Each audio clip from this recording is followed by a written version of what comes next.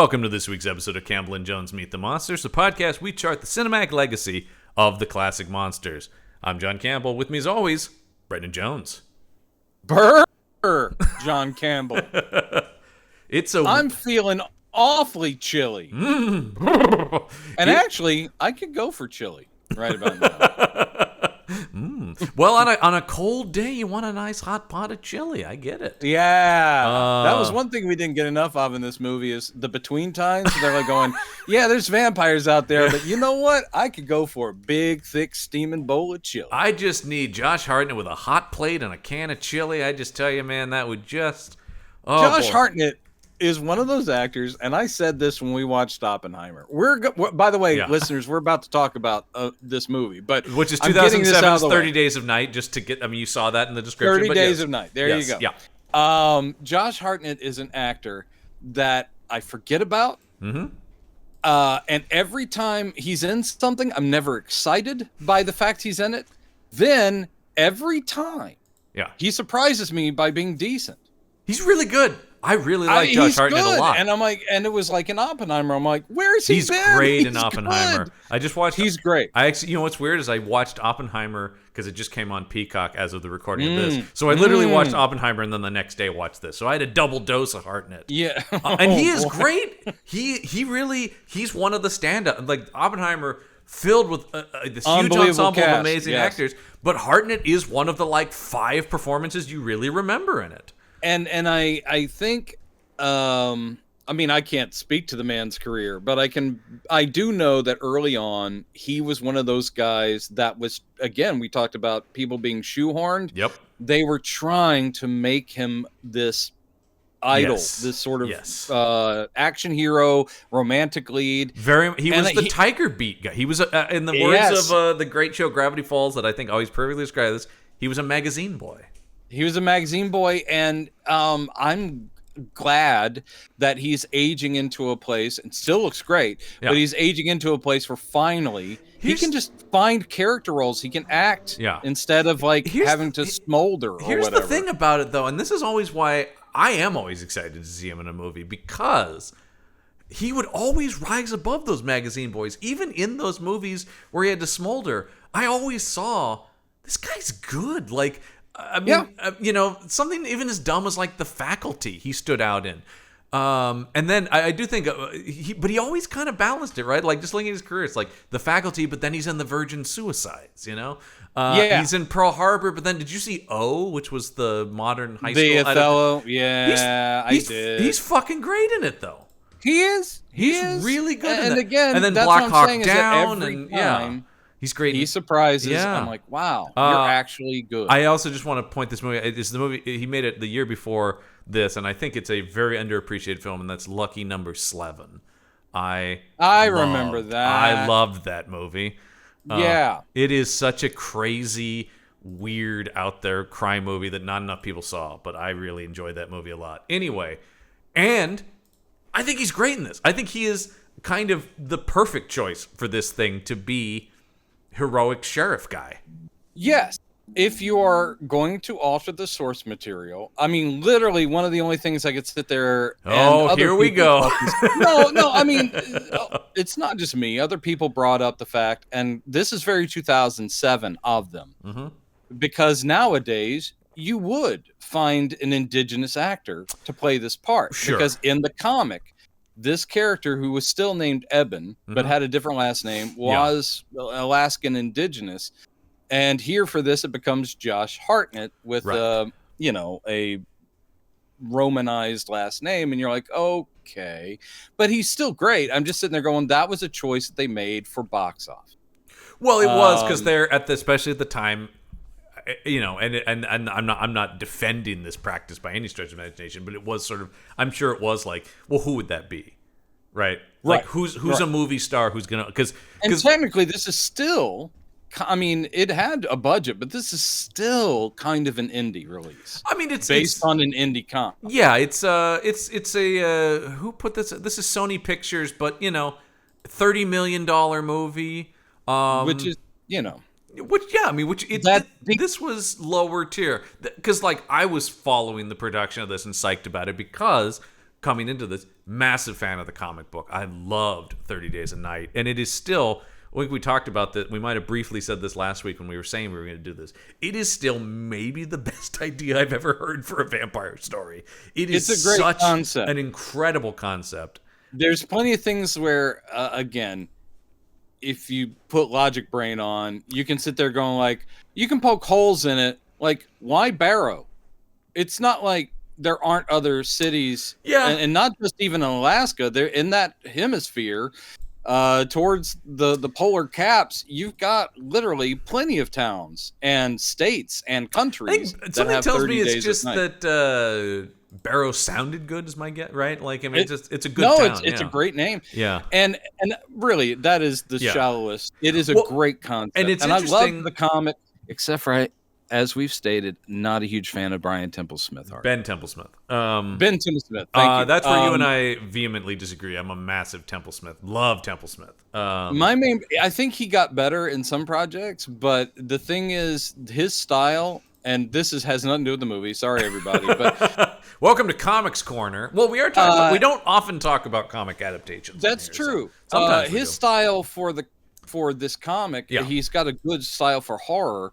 Oh yeah, I mean that's pretty much all he's ever done in comics. I think. It's so loose and sketchy that it really does make it hard to follow. I mean, I sit there and look, and one of the big things you need in comic art is you need to be able to follow instead of it just being like ink splatters, scratchy lines. I'm like, what am I looking at?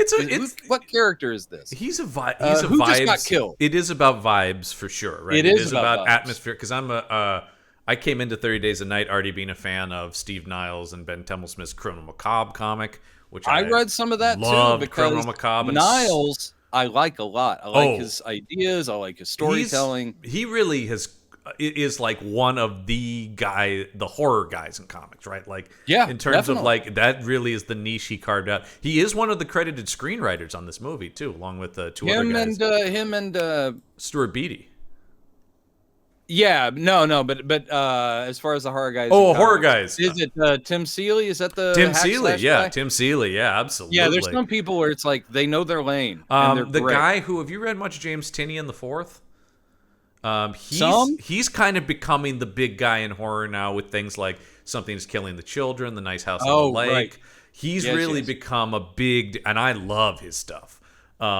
He's really this has become Comics Corner, but I will still say, we are staying in the horror comics.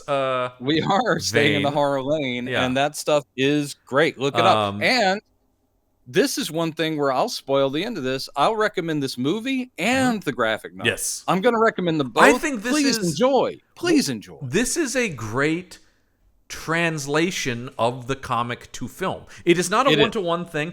No, it's not. But it couldn't be, because the comic it's a brief little comic. At least the first one is, right? Yeah. And unfortunately, we will talk about a movie I've never seen, which is the straight-to-video sequel they made of the second comic, with none of the people involved in this movie involved in it.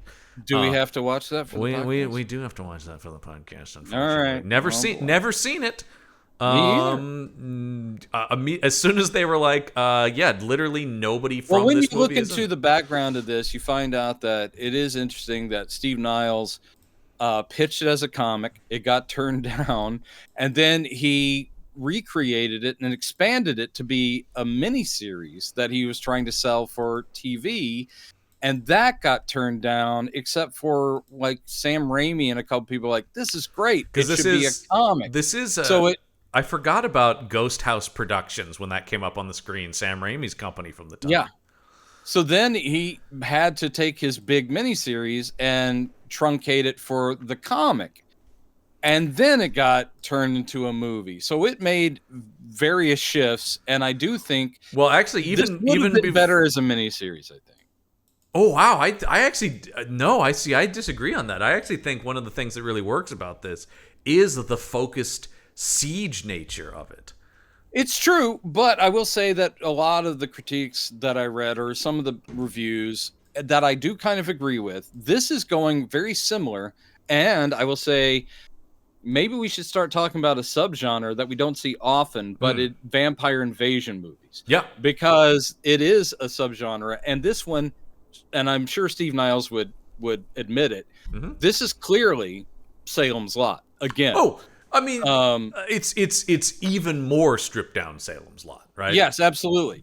But that was the complaint. A lot of people are going, the thing he skips or just gets sketched in, and I'm not blaming Niles. This went through many hands to make this movie. But well, I don't think I don't think the comic does that. I mean, who knows what the miniseries look like? I mean, obviously, right. The comic and movie are both a narrow. lot of characterization.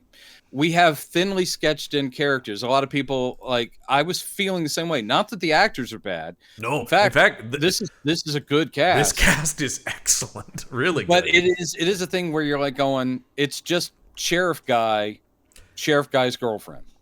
It's that younger brother. It's basically all these, just like, okay, so we don't know them. And like a Stephen King thing, like Salem's Lot, where you're like going, God damn, these characters you get to know, you love them, you're terrified for them, and then when they die or turn into vampires, it hurts. Here it's like, I think he lasted longer than I thought. You know, basically in this movie, it's just like, wow, that's interesting, because I would argue that's something I like about the movie. Not that the characters are thinly sketched, but I like like I said, the vampire invasion thing, but even more so, this fits into one of my favorite horror subgenres, or action as well, the Siege movie, where it's almost like a Western in a lot of ways, which is what I like about it. It reminds me of like Assault on Precinct 13, which is a modern day Western, but I mean, or Rio Bravo, or that thing where it's like we are holed up, in this case, surrounded. You're also dealing with, and this was a choice they made. The vampires here only have one spokesperson. Yes. Granted, an amazing performance. Granted. In my lexicon of movie vampires, honestly, he's way in there. Up there. Danny Houston, who's an actor I love in everything. And they fucking go. They decided on a take. Yes. And the take is unique. I like it. Yeah. The only problem is it's a take again that removes all personality. They, for the most part, are just a pack of animals coming into this town. Yeah. Anything they do that is well thought out, like at the very beginning, like with the phones that have been confiscated and burned, and the sled dogs being killed, all that stuff is really smart tactical thinking. Yeah. But when we meet these vampires, only one of them really talks, and of course they have their own language. That wasn't in the comics. I love that, but though. It just further makes cool. them, otherworldly. But it does make them otherworldly, but again, that deprives them of personality. They have no personality because they are animals. And then the people that we might want to relate to and hope that they make it out okay, you might need to do a little more with them, is all I'm saying. Sure. I think this movie is paced really well. Extremely well. And when it starts to kick off, because it does that nice slow build-ish, where you think you're going to get a lot more character than you do, and then suddenly, boom, it's just on, and then it's pretty nonstop of just like waiting for someone else to get it. I think that's what I'm responding to. Is I'm not saying what you're pitching. The miniseries version is I probably would also like, but I do like just how balls to the wall this movie is.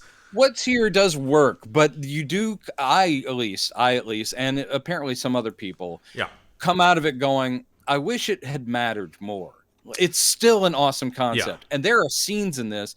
The director is coming to play. David Slade is so key to the success of this movie. And he's gone on to do a lot of amazing television. Incredible. He's shot almost every great show. Well, the fact that he ends up the sort of main directing voice of Hannibal makes a lot of sense, right? Absolutely, makes crazy sense. Because he directed the pilot of that and directed a lot of the key sort of.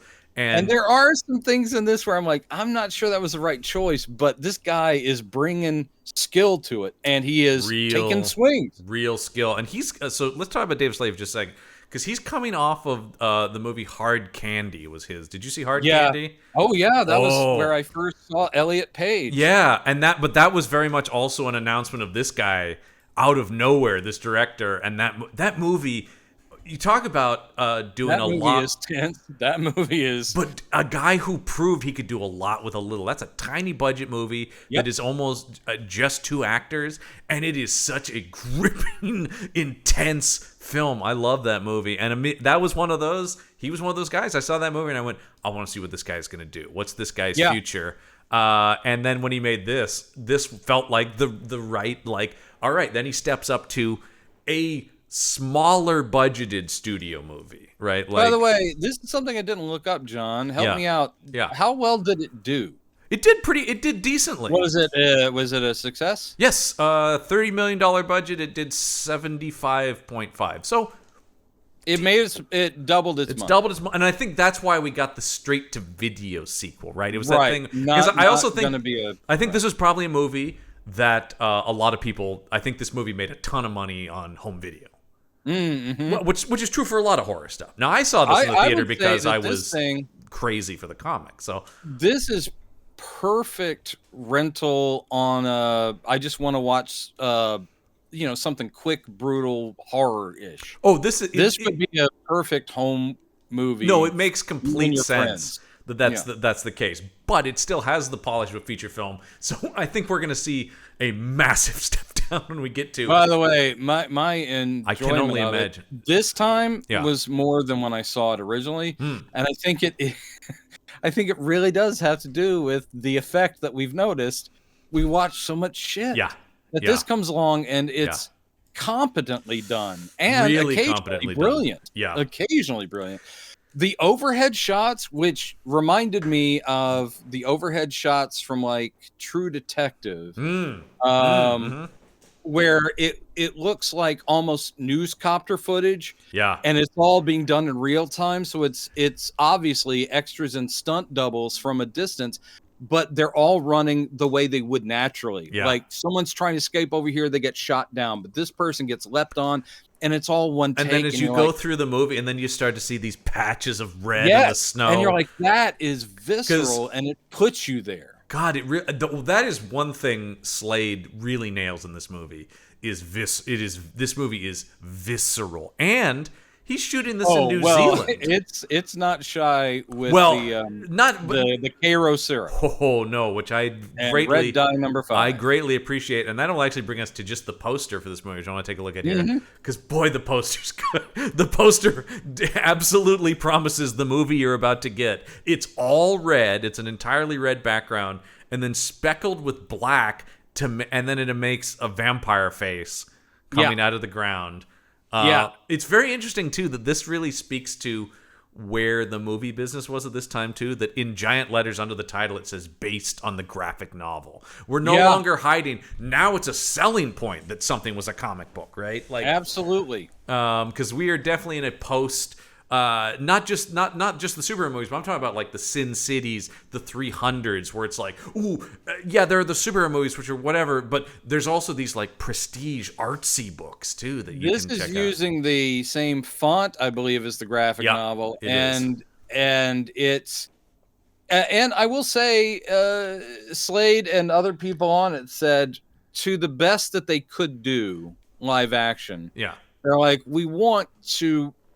we can't fully represent, because again, talk about loose art. But it's very expressionistic, right? It's not. Yes, but they really do. I was surprised that, again, obviously an Alaskan town that's under night, you're going to have a lot of that blue color. But again, all the design of this, they are kind of hewing very closely the color to palette the design. and stuff, obviously, the teeth that Temple Smith drew that are just needle teeth all the way through, making it, I'm sure, very.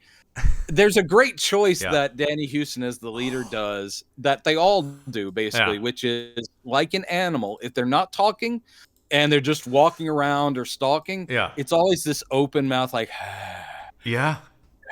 which is eerie. But it also, you're sitting there going, practically, it's probably because he can't really close his mouth with those teeth. But because he's and so key to the success of this movie.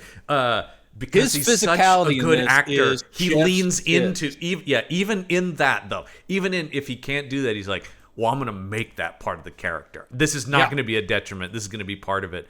And then you've got the black eyed with the blood on the wrist. I cannot overstate how good Danny Houston is. I was so as always I read as I always do for these movies, Roger Ebert's review of this movie, who is actually he was middle on it, right? He was pretty middle. He was middle on it, but he also admits that it's like it is a cut above. He goes, I'm just tired of these movies. But he goes, he basically is just like, I'm worn down by the vampire horror movies.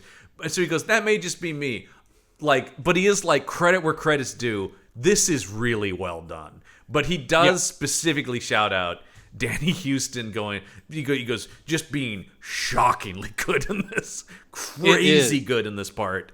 And again, he has what basically probably adds up to 4 or 5 lines of dialogue. And that is but he is exactly the guy to hire for that, because I feel like that's often the case with him. He is a guy who can come into a movie for even just a couple scenes, and I'll remember what Danny Houston did in it. He's just one of those great classic. That's why whenever I actors. find him with like a bigger part, but it's not a very forceful part, you know, like well, I guess for recent, like he's in Yellowstone. Yeah. And he's fine in it. He's quite good, sure, but he often gets cast as kind of like corporate dicks. Yeah. And you're like, yeah, he's good at it.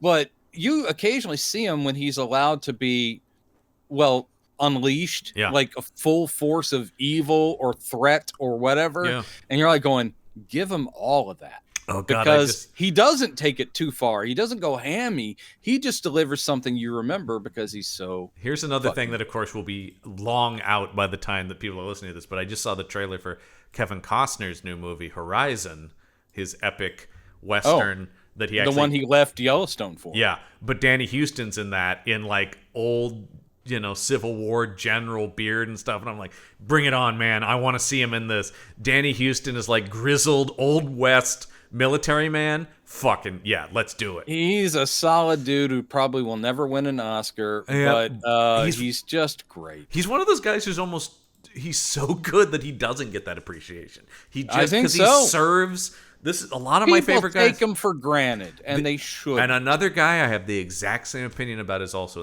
in this movie, and that's Ben Foster, who I love. One of my absolute favorite actors. Here's the thing. I do love Ben Foster, but here's the thing.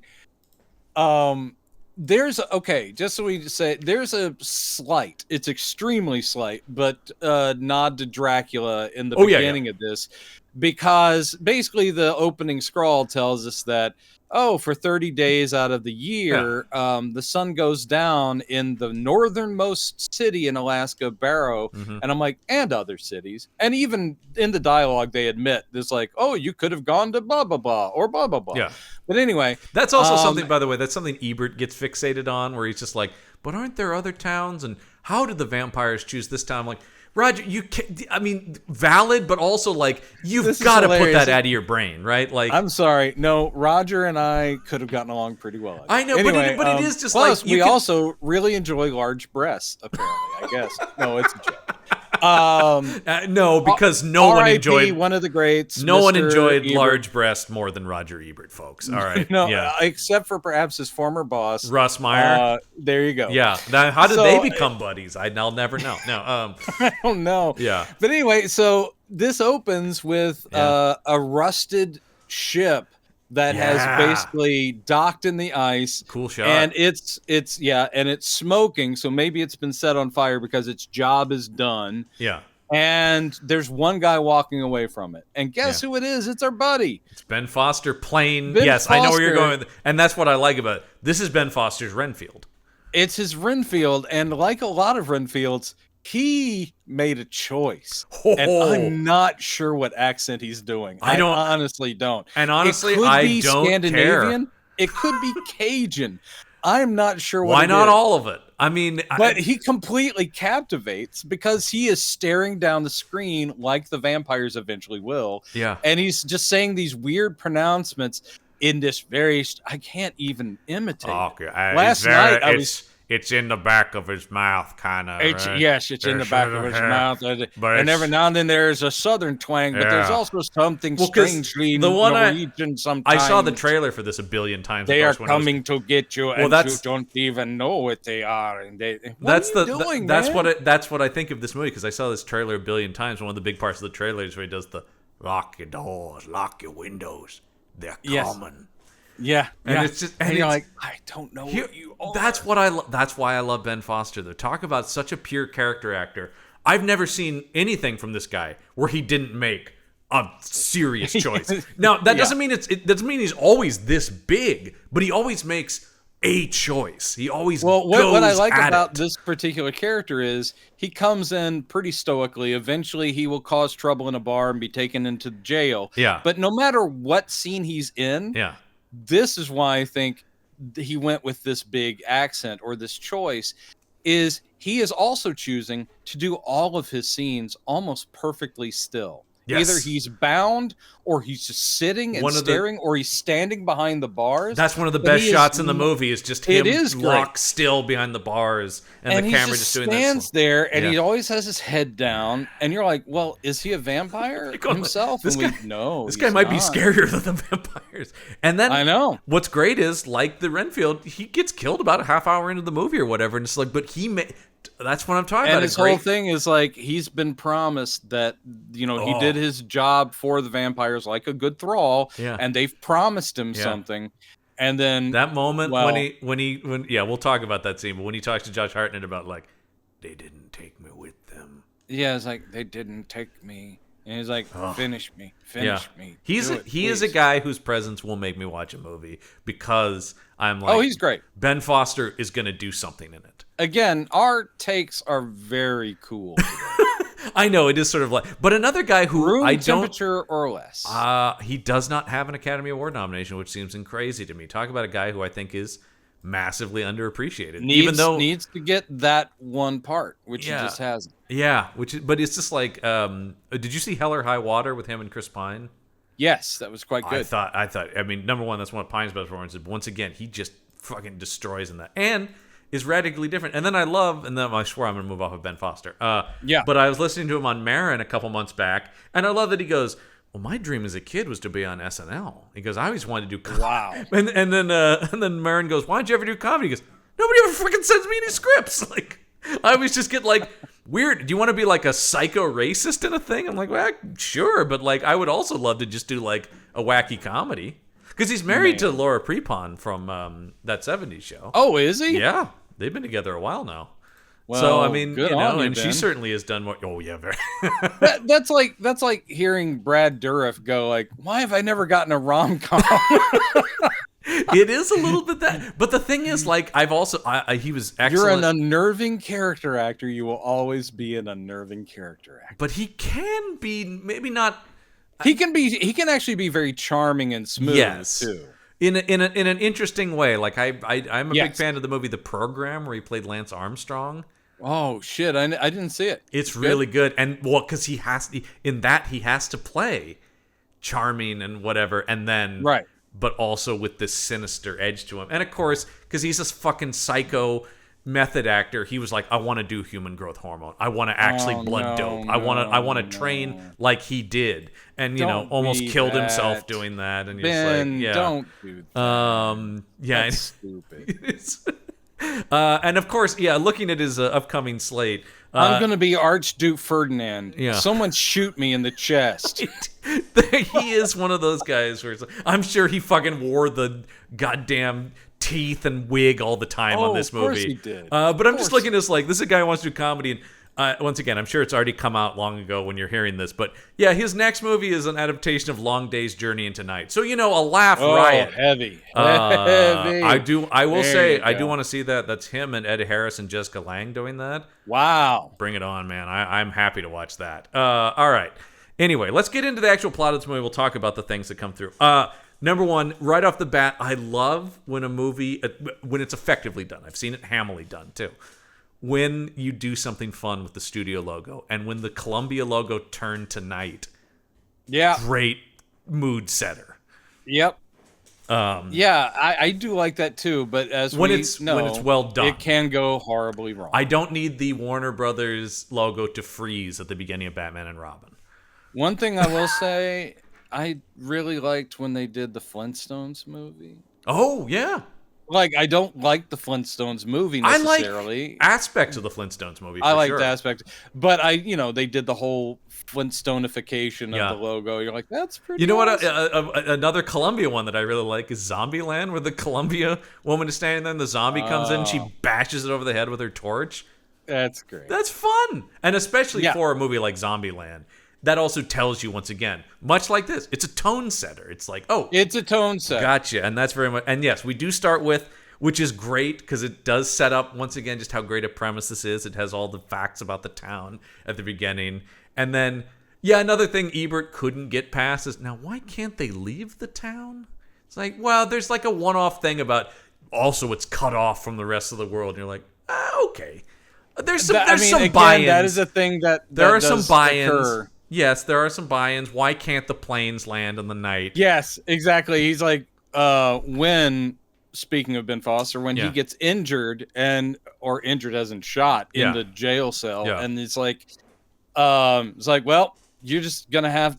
There's no doc, so you're just going to be bleeding out for 30 days. You're like, planes can fly in the dark. Well, and that's the same thing with Melissa George's character too, right? Where it's like, she misses the one plane out of town, so she's stuck there for 30 days. Like I said, I get it. There are things that you just have to accept, and that's why I say to Roger, just have to and I think you're good. You've got it. Like, okay, you can have that thought, but also it's another thing to Ebert where I go, I don't want a scene where the vampires are around a map going here, like. I don't need that. I can. I don't necessarily need the setup. You do get him saying again. It's kind of a shame that the vampires, even when they're talking in their language, which again, interesting choice. Yeah. Totally made up language. I was reading about the guy that they brought in to do the creation of it. But you're sitting there going like, he does still seem to be pretty much the only one that ever says anything to his group. But at one point he does say something like, oh, this was a great idea. Why have we never come here before? Yeah. I also even the head of the vampires is like, this is the best idea we ever had. Well, I do sort of like the idea that this guy is the thinker, right, of the group. And it is sort of just like, hey, I had an idea the other day. So you get the town facts, and yes, you do get Ben Foster trudging out of and just once again, great image. Not only is he coming off the smoking ship, but he's just walking off into just what appears to just be pure snow, right? A total whiteout until he reaches a sort of little cliff and he sees Barrow. And again, that's a great shot because you followed him like he's just going to wander off into... pretty much the whole movie is so well done, like visually. Oh, yes. The visual storytelling of this that is mostly told visually. Some of the stuff that I think shows maybe the relative age, because this guy is really sharp here. Mm-hmm. But like the shaky cam, especially during some of the siege scenes, it's another thing where you're like, I do need to know who's dying. Yes, it's happening so fast. I can't tell the vampires. I think it's. I know that we never get their names anyway, but it's like I think they all have names in the credits, but I don't think they actually are. Oh, that's interesting. Or at least several of them do. Bald guy that has sort of that foppish black dude. Bald guy that I had to check and go, this isn't Dave Bautista, is it? No, but he really like looked like Dave Bautista. It really does. Yeah. He would definitely have that part if it were cast now. Oh, 100%. However, he wouldn't take it because he's too big for it. He'd want to be the leader of the vampires if he was going to do it. I'll talk about. I do love the main female vampire. Talk about her physicality and her face, and but her character's credited as Iris. So I don't know. One of the things I really like about the effects in this movie, which the makeup's all really great. Really great. But geez, man, this movie's got some heads getting chopped, I'll tell you. It does, and a lot of it is done practically, which is great because so many some of what you're talking about, the shaky cam stuff, I think also is just 2007, which is not. It could be. But that's another thing where a lot of horror movies of this era I don't like because heavy reliance on CGI that ages terribly. A lot of this movie still looks great. Yes, but I will say, what I was about to say is some of the CGI is subtle, and I love it. It's really well implemented. Some of this, because you brought up the woman, Iris, there's I guess she's a concubine or a co-leader, because pretty much every time you see Danny Houston, seems to be a bride of Dracula-esque sort of figure, right? And she has naturally sort of aquiline features, but on her and the bald guy, a few places, they actually use CG to draw their faces kind of down and make them even more bird-like. And you're like, wow, that was... I'm not even sure if I saw that right, because it's done so subtly and it's there for a few seconds and gone. I'm looking at her, and I looked her up when I was watching the movie, too. Her face is so interesting in general without the makeup that I totally get why they cast her, because it's just... it's very fascinating looking woman. Yeah. And then they're like, we will also do these little tricks. And she's done a lot of her work is in like she did creature work in Chronicles of Narnia and stuff like that. She's a female Doug Jones. She's a little female Doug Jones. And she's from New Zealand, where this whole movie was shot, which I was gonna say, I don't get that sense. You know what I mean? I don't get the sense that I'm like, oh, we're here for tax reasons. The production design, the snow in the movie. The thing about New Zealand, as we've discovered, you can shoot anything there. You kind of can, which I think New Zealand is much better than Vancouver or Bulgaria, as we know. Also, once again, great director, great production design team. And also, this is in that Siege movie vein, and one of the reasons horror goes to it so much is once you're in the town the whole movie, so you can spend all the money to build this, and then you've pretty much got your set, right? I mean, which is nice in terms of keeping the budget down. So yeah, we get Josh Hartnett, who's the sheriff of the town. Eben Olsen is his name in this. I can't remember what the character's name in the comic was. I think the Wikipedia says. I'm sure it does. But like when you Google 30 Days Night film series, okay. Film series. Yeah. Exactly. Evan Olemon in the comic. So it's close. It's basically they keep a lot of the same, Olemon. And he's the sheriff of this town, and yes, the first thing we see is him and his deputy go out where they find the pile of burnt cell phones. Like, what the fuck is this about? Yeah. They're like, and they basically go, we got no answer. Well, I love goes, maybe it's just the teenagers. I love that. I love shoving it to their The deputy says that, and then I like Josh Hartnett going, but there'd be something that would say "fuck you" or something if it was a teenager. Which is talk about just little subtle things where it's like, oh yeah, he's a slightly better cop. There's a reason he's the sheriff, you know. Yes. Which I like that, where he's just like, nah, I don't know what this is. And then the sun is going down for the last time. I love all the way the movie presents the sun, and it is like, we're gonna go watch the sun go down, and like everybody leaving the town. Like, well, that's kind of funny, because I think again, generally speaking, if you live up there, you stay. It's not like the town shuts down. They just I mean, once again, it's all I get that, but it's right. But here in this world, fictionalized version of it, I like the idea. Apparently, not only do most of the people leave, I guess they've already told the sheriff who's leaving, because they do the thing of, you don't have to do that. He changes the number of inhabitants on the Welcome to Barrow sign. And apparently the idea is that every year when it goes to this, they change the numbers to reflect all the people that have left. So they drop it from like 300 some odd people down to like 170 or something. Right. So they do that, and you're like, okay, that's cute.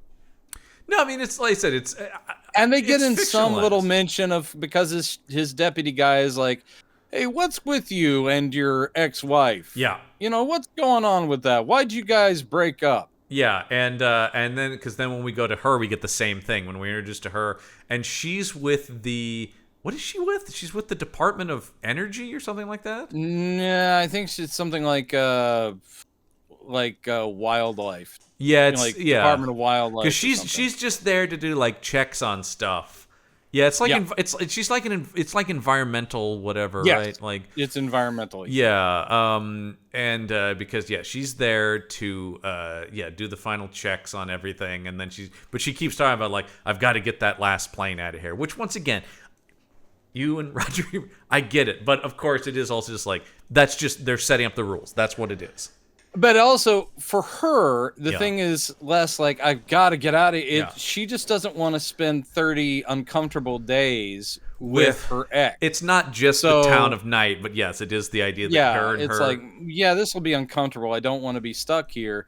But she does get stuck because there are parts of this movie and it's just standard script construction where you're going, oh, out of control guy with the tree chopper down vehicle, and you're like, tree chopper down. Played vehicle. by another one of my faves though, Mark Boone Jr.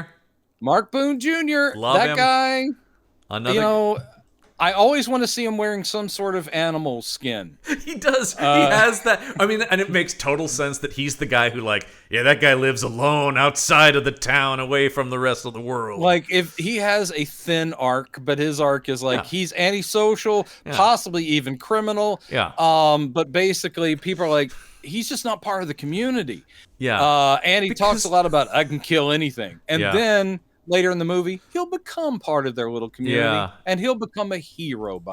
And it's such his big action beat is so bad. Oh, it's great. It's great. So there, this is all we're establishing all this stuff. Meanwhile, yes, we're getting the ominous thing of the cell phones being burned. We see someone, we don't know who it is because we don't even really get a full look at Ben Foster being Ben Foster. Or just the figure of him when he walks into town. You just see a hand with a knife stabbing all the sled dogs. Yeah. Because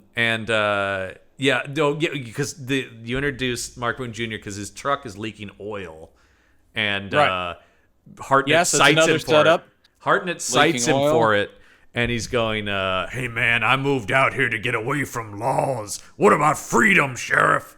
Yeah, that's the appeal of this remote living. He gets back in the truck, and the deputy's like, "Why'd you cite him? That's not even a major thing." He's like, going, tell you the truth, I just cite him every now and then just so he has to come into town and meet with people, talk to people. And you're like, that's some good sheriffing. I like it. I think the sketching they do of Hartnett is good at it's very classic, town sheriff guy, but it is sort of like, this is my town. I know how to be the sheriff of this town specifically, as opposed to just being a cop in general. Yes, she's on her way out of town. Melissa George, who's playing Stella, and I can't remember, were they estranged in the comic?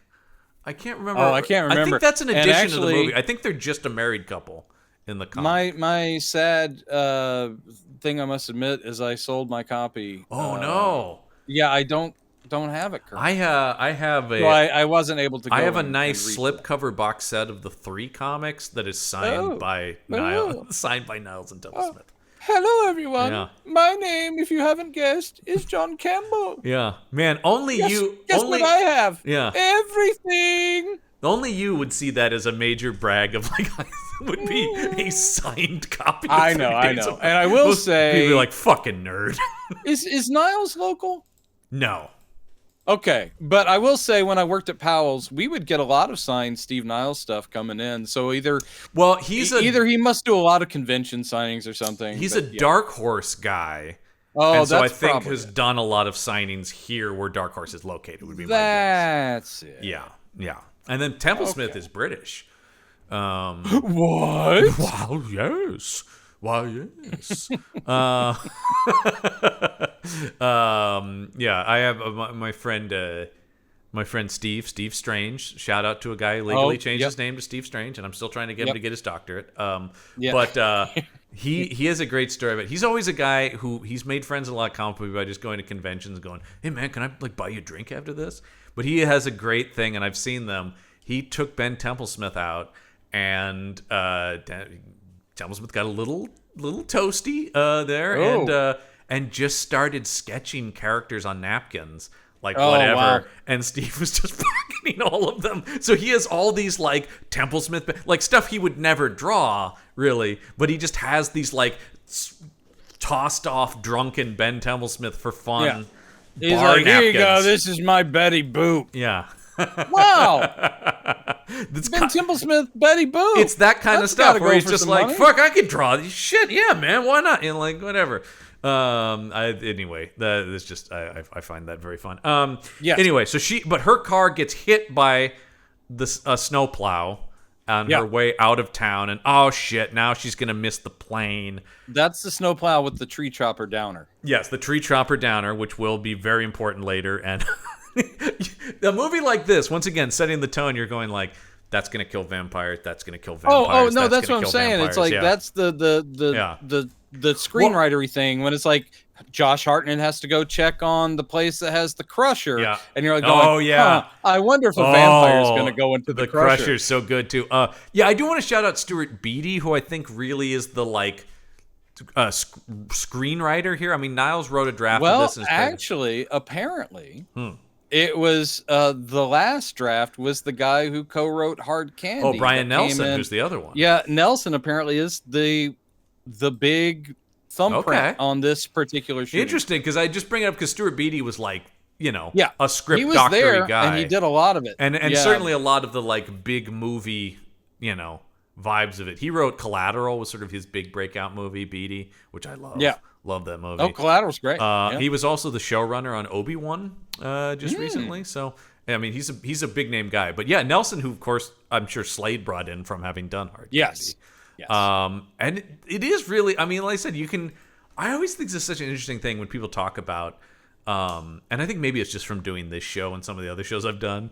Every once in a while I hear people criticize movies for going, oh, you're seeing the setup. You can obviously tell. I'm like, yeah, but I've seen the alternative where nothing is set up and pays off. So I'll take standard structure. You know what I mean? Like, you are going, because this is just competently put together. And it's very nice, especially doing this show, where you just go like, people who have really thought about the beats of a plot, and this being set up to pay off here. Because I've seen too many movies where they would set up that Crusher and then do nothing with it. Yeah, very true.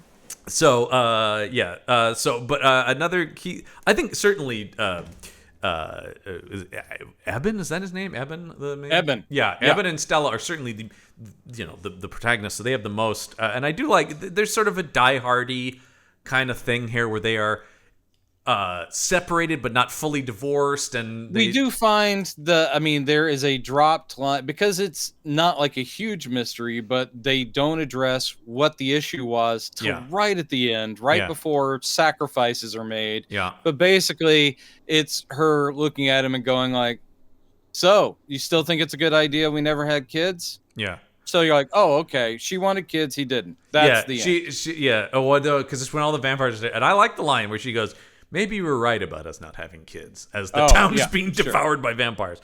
But she calls him going, and you see her go, she's like, oh, fuck. And she calls him and it's like, yeah, I do need a ride. And of course, once again, good screenwriting. He just goes, well, I'm actually busy. Let me send this deputy out there, actually, which is like, okay, yeah. And also, we haven't talked about, I've always really liked Melissa George as well. I've liked her too. I don't know quite what happened to her. I mean, I know that she ended up doing TV and stuff, but she was a flavor of the time. Yeah. Because Melissa George, right around this time, 2000, early 2000s, she was in so much. And then, I don't know. Amityville Horror Remake was another big one that she was in. I never watched it. Oh, it's not good. And it's a bummer because it's her and Ryan Reynolds, who I like. Oh, that's right. But that was that weird time when Ryan Reynolds was trying to be like, you guys, I'm serious. And it was we were like, no. You remember that? He did a run of these things where he's like, I'm not going to fucking joke around in this. And it honestly almost killed his career. Because people, it's just like, not that he's a bad actor, but it's just like, why waste what makes you good? The movie star thing you have. To joke around, is that okay? Yeah, Deadpool. I don't think people remember. It's tough to think about this now, but Deadpool was like a career saver for him, really. Yeah. Because he was trying too hard. I remember her, and where I first really, well, of course, she's in Dark City, which I love. Dark City. But Alias was a big one that she was on. Oh, yeah. She was Michael Vartan's wife. I know she did a lot of TV. Yeah. And she just had a big thing with Apple. She just did that Mosquito Coast show with which I never saw. I never saw it either. I like Justin Theroux though, who was in that with her. So she's I mean, it's not like she's certainly not hurting for work. No, she didn't disappear. Yeah. No, but yeah, she did. It's interesting because this should have, and it would have been certainly, because she is certainly the main character of the second story. It would have been nice if they had, put some money behind that and really prop that up as a star vehicle for her if they had done Dark Days. Instead, we'll talk about it. Anyway, though, yeah, I do like this dynamic. And then you have, which further adds to sort of the small town vibe, when Hartnett goes back to the sheriff's station, it's his grandmother and brother that are there. Yeah. And you go like, oh, wow, there's just like no one in this town. Like, everyone's related to everybody. You're also the like, it's gonna is suck when they die. The grandma is, I mean, they are pretty two-dimensional characters. Not just them specifically. Like most of the people in the town that aren't Josh Hartnett are just like, here's the stock. Yeah. So we have kind of a sassy grandma who we find out is smoking weed for her cancer. Smoking that pot, man. Yeah, and the brother character is a nerd. Yep. He's a nerd. He's playing with figurines. But I think so key to this is the casting, which is they're all really solid. And that especially in a movie like this where you are dealing with a lot of two-dimensional characters, if you cast the right actor, you can at least feel, they have a presence, which I think is key to this. This brother in particular could have really been a horrible character if he was more poorly cast. Mark Rendall is the guy who plays the brother in this. He's Canadian. He gets his little arc as well, because essentially he will end up having to become like kind of a badass who does terrible things. But for the first part of the movie, Josh Hartnett's like, my baby brother, are you okay? Yeah. He's just always like, hey, bro, I'm looking after you, man. My little bro. Little bro. Which is also just visually works because Josh Hartnett is gigantic. So he towers over this dude. Hartnett, by the way, I think was on the short list for every single superhero at some point. Every single one. Like it was like he maybe was going to be Batman. He was maybe going to be Superman. No, I'm glad he didn't get any of those parts. Why is that? What? He's a handsome guy, but he's got the wrong face for superheroes. Oh boy. I still think he's got those squinty eyes. I still think he could pull off a Batman. I don't see a Superman, but I still could see a Batman. Great voice too. He does have a good voice. He's got a good, certainly deep kind of, a superhero. Highly recommend if people want to check out a modern Josh Hartnett movie other than Oppenheimer, where you can see him do some action. Is Operation Fortune: Ruse de Guerre, which was Guy Ritchie's sort of James Bond movie that was, in my opinion, criminally underseen last year. I really enjoyed that movie a lot. With him, all right, let's not fight anymore. Him and Jason Statham and Hugh Grant playing a Bond villain, basically, which rules. All right.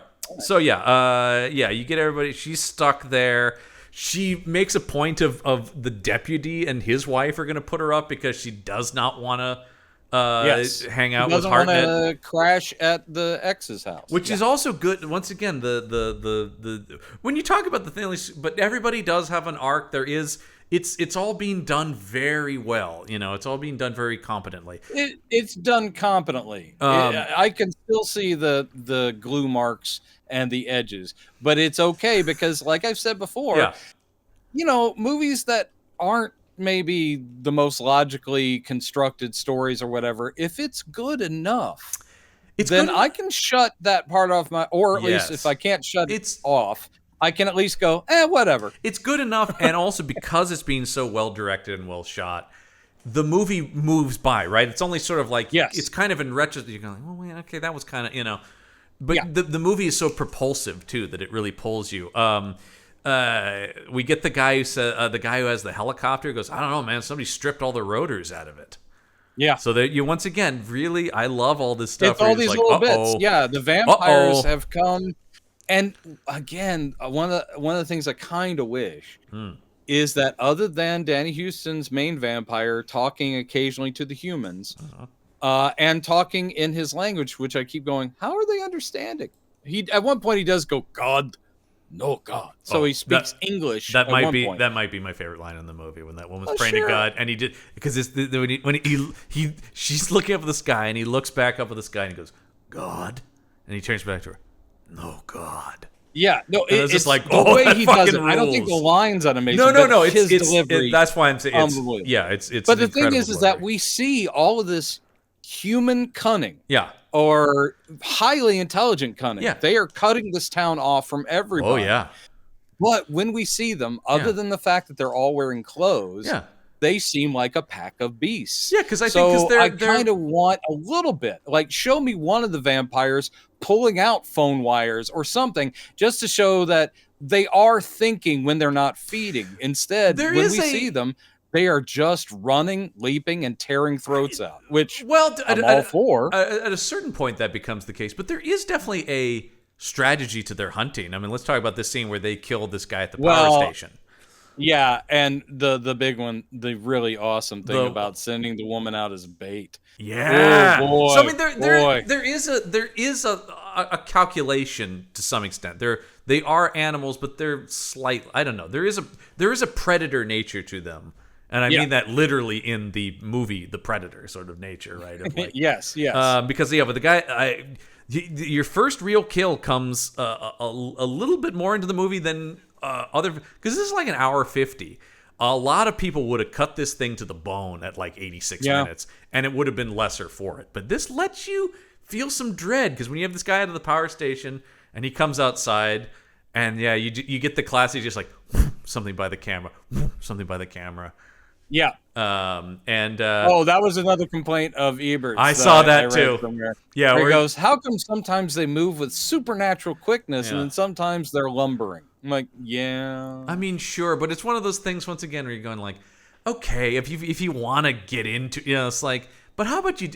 Anytime I see stuff like that, especially like you're talking about, because we're guilty of this too on here. But when the movie is this entertaining, you do just kind of go like, just have fun with it, Because it is. I will forgive them their weaknesses because the strengths are so because it's awesome. good. That's the thing. Because I catch myself doing that when I was just about to go, come on, Ebert, but I go like, we actually do that like every week on this show. But that's because this movie is nailing the important big things. Right. So I'm willing to let a lot of the little stuff go.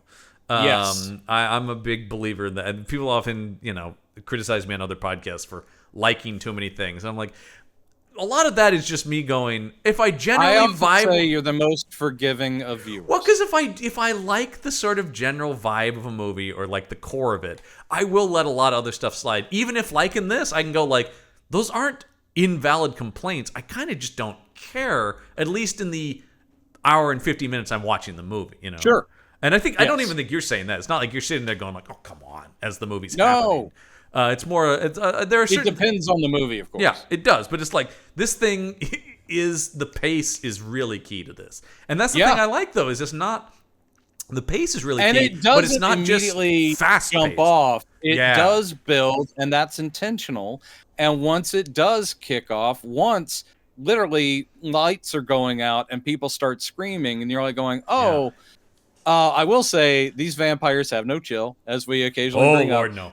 But they kind of don't have to, They have an entire month to wipe out like 175 people. And they wipe them all out in like 2 days. They do. And then there's a pocket of like maybe 7 of them. Were they fasting? Because it does seem like they were like, oh man, this is going to be a buffet. So that's basically it. It does seem like they go a little too hard right up front because they are starving. They are starving. They open up that home-style buffet and they empty it. And I mean, and of course, that is delivering you your money's worth. When I saw this in the theater and they start ripping throats, I'm like, well, this is what I paid to see. I don't know about the rest. Yep. I'll have to ask him. I'll have to ask if Mike Gargoni saw this with me, because in my memory, he did, but this seems a little scary.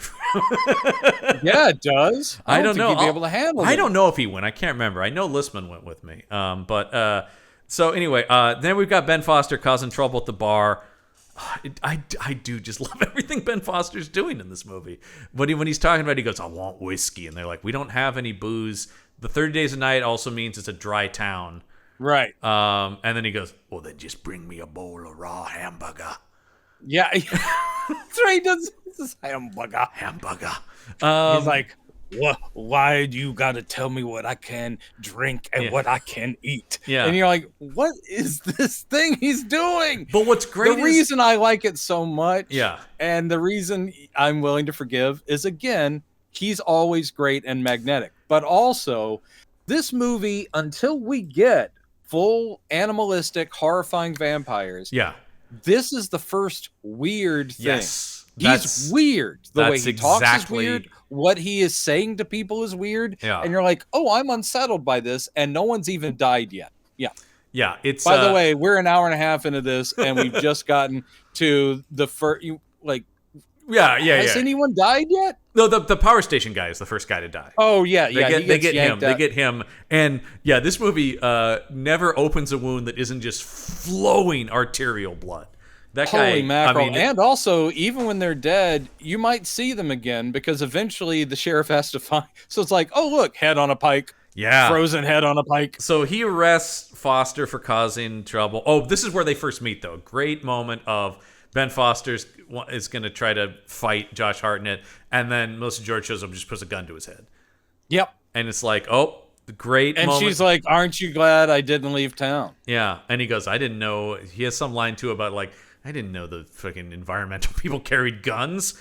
And it's sort of implied that they don't, but she does. Yeah, because you know what? She doesn't play by the rules. And she's a badass. It doesn't have. I mean, you know, they I think they make her appropriately badass. Some of these movies, I feel like oftentimes when I watch horror, or sci-fi, or action stuff, they'll take these female characters and either make them total damsels in distress or unstoppable.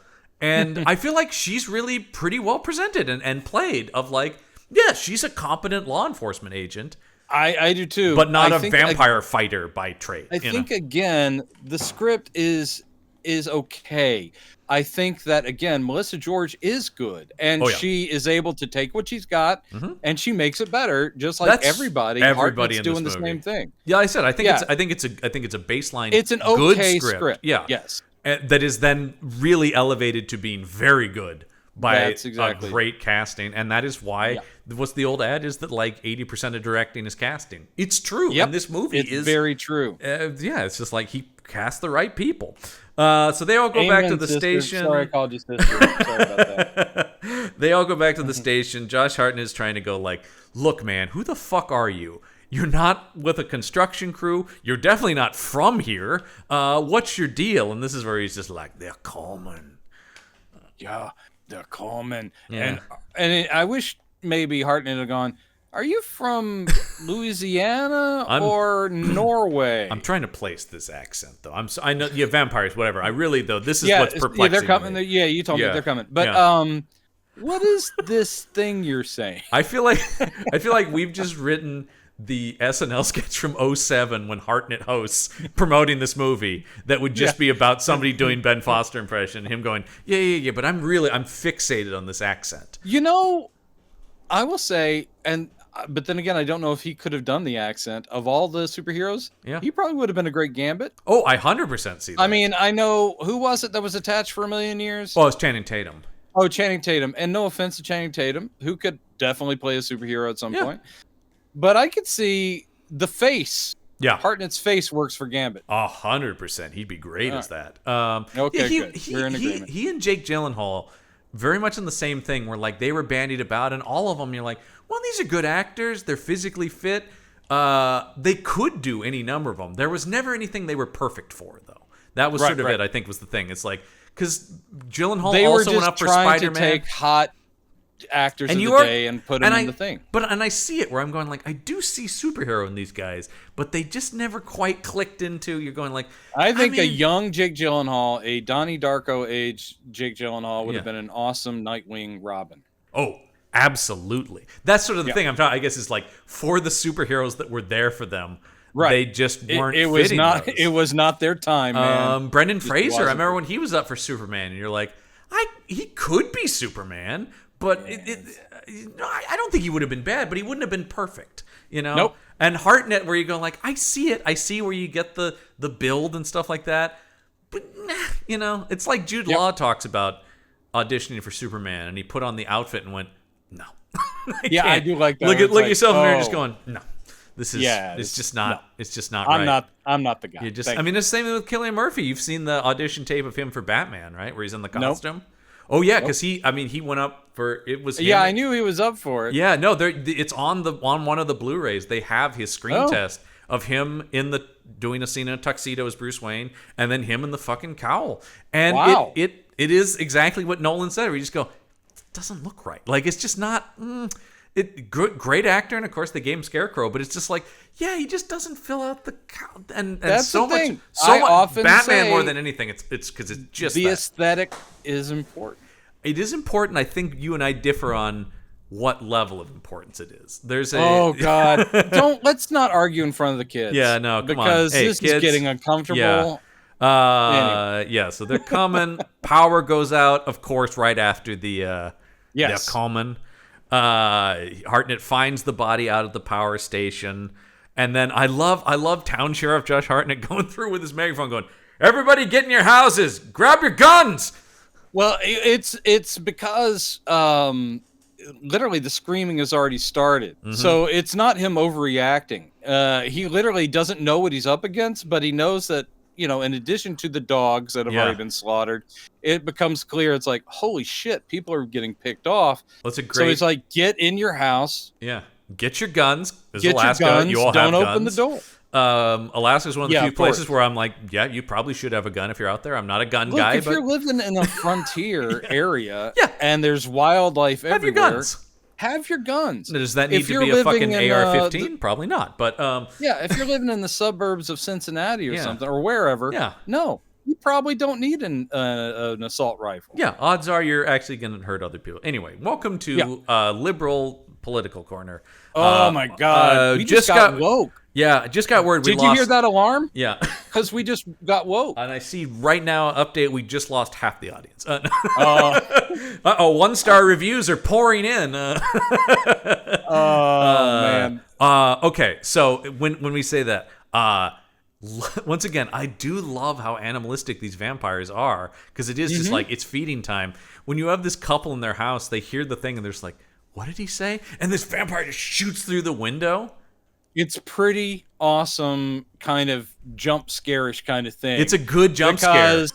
Yeah, because you're not focused on that window, and you're just following random couple going like, what was that? And then she barely gets it out, and this figure just blasts through the window. What I love, too, is the way it's so fast. Yeah, you can only just make out the basic shape of a guy, right? Like, it's just like, and you're just like, what the fuck is going on? And, yeah, they just, and then when this is the thing where the guy's under the house, because the guy goes outside, he's chasing after his wife, and they pull him under the house. It's good. She gets pulled under the house, and he's trying to save her. Yeah. But the vampire, it's really kind of brutal, because whatever the vampire is, he is basically leading the guy. Yeah. Because he never lets her out from under the house, but he goes house to house. Yeah. So he pulls her under one house and then under another, and the guy's on the outside like, oh, Janie, I'm coming, or whatever. And then he tries to grab her. His leg gets broken, and he's like, ah! And he's getting, every time he reaches for her, he's getting torn apart. She is screaming. That's the thing when you're talking about these things being thinking creatures. There's not only a strategy to the hunting, but also they're like sadistic, right? There's a joy to this. And that's what I mean when it's like, they are ill-defined, but I kind of like that. So they are just like, they're just fucking evil, man. They also do, vicious. And this is, I mean, I didn't read an interview. I read about the creation of that language. Yeah. But I would love to have Slade face up and say, yeah, I stole the idea from Jurassic Park. Because the vampires call each other just like the velociraptors. The raptors do, yeah. Like they do like a little like thing, and they also go and they all like, oh, okay. Yeah, we're all being summoned. Yeah. But it's effective, again, because they are very otherworldly. And everybody, while not everybody has the focus of the Danny Houston's performance, they do all match the physicality of that. I do think they all are great. I mean, they're probably all dancers and stunt people or whatever, because especially they are matching the odd body movements, the very panther-like thing they're doing. That's the kind of stuff that I think, it's not just budget, although budget certainly opens just to do this. It separates this from a lot of the movies we talk about. It is the attention to detail like that, where you get the sense they not only created the language, but like there were rehearsals where they worked out how these vampires moved and looked at things. And that's the one thing is, even if it's not your take, and everybody who loves vampire movies, and we've talked about now, this I believe is our 1,000th episode. I think that's conservative. Yeah, but yeah. We have talked about pretty Yeah. much every vampire ever. Pretty much, And everyone's got their favorite or their Yeah. iconic take. Yeah. Even if this isn't yours, Right. you know this was thought out. That's Everything here they have done on purpose, and it's working seamlessly together. that is so key to whether I recommend or not recommend a movie. Is So here's a big question. Mm. We do find out that the lead of the vampires tells Marlo. his followers, he goes, don't turn them.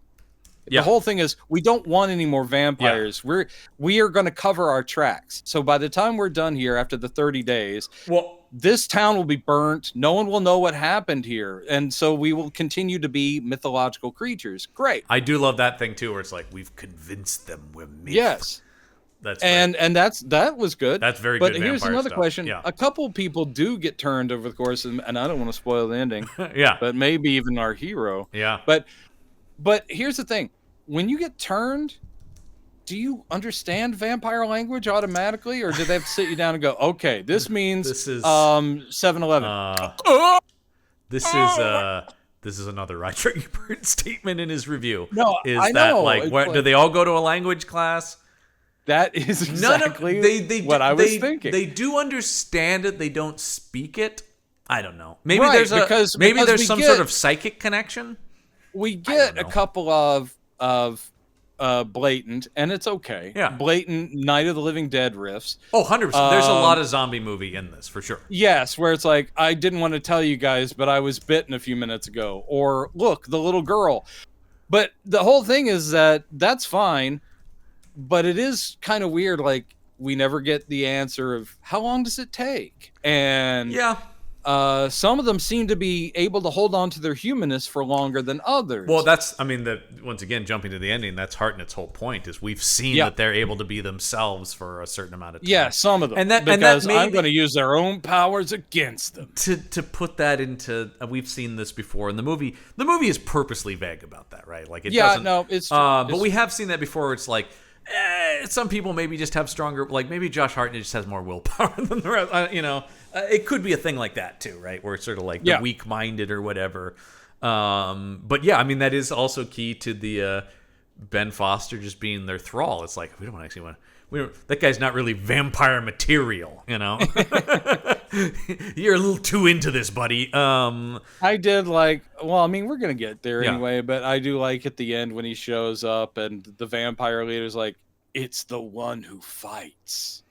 Yeah, that was good.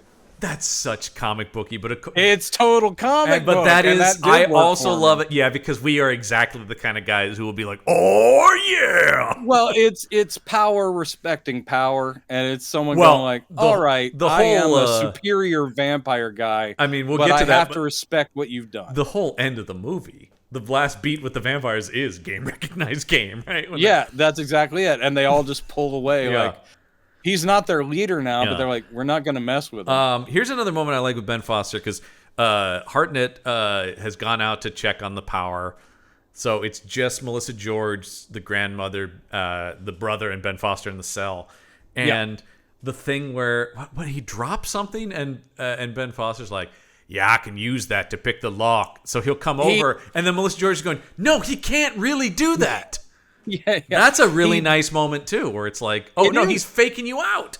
It's one of his little figurines it flies over close to the thing, and he goes, "Oh, so you just gave me that little piece of plastique." He actually says plastique. He does say plastique. It's so I can which had to be a Foster. It said plastic in in the script, and that's Ben Foster going plastic. And he's like, no, it'll be plastique. Really? Why? That's the actually, and then now that I think about that and his performances, I do kind of see the kid who wanted to be on SNL. It's the same creative character process. He's just doing it towards drama, but everything is such he wants a wig and teeth and scars and he wants to be the male Amy. Oh shit! Amy Sedaris. Yeah. Ugh.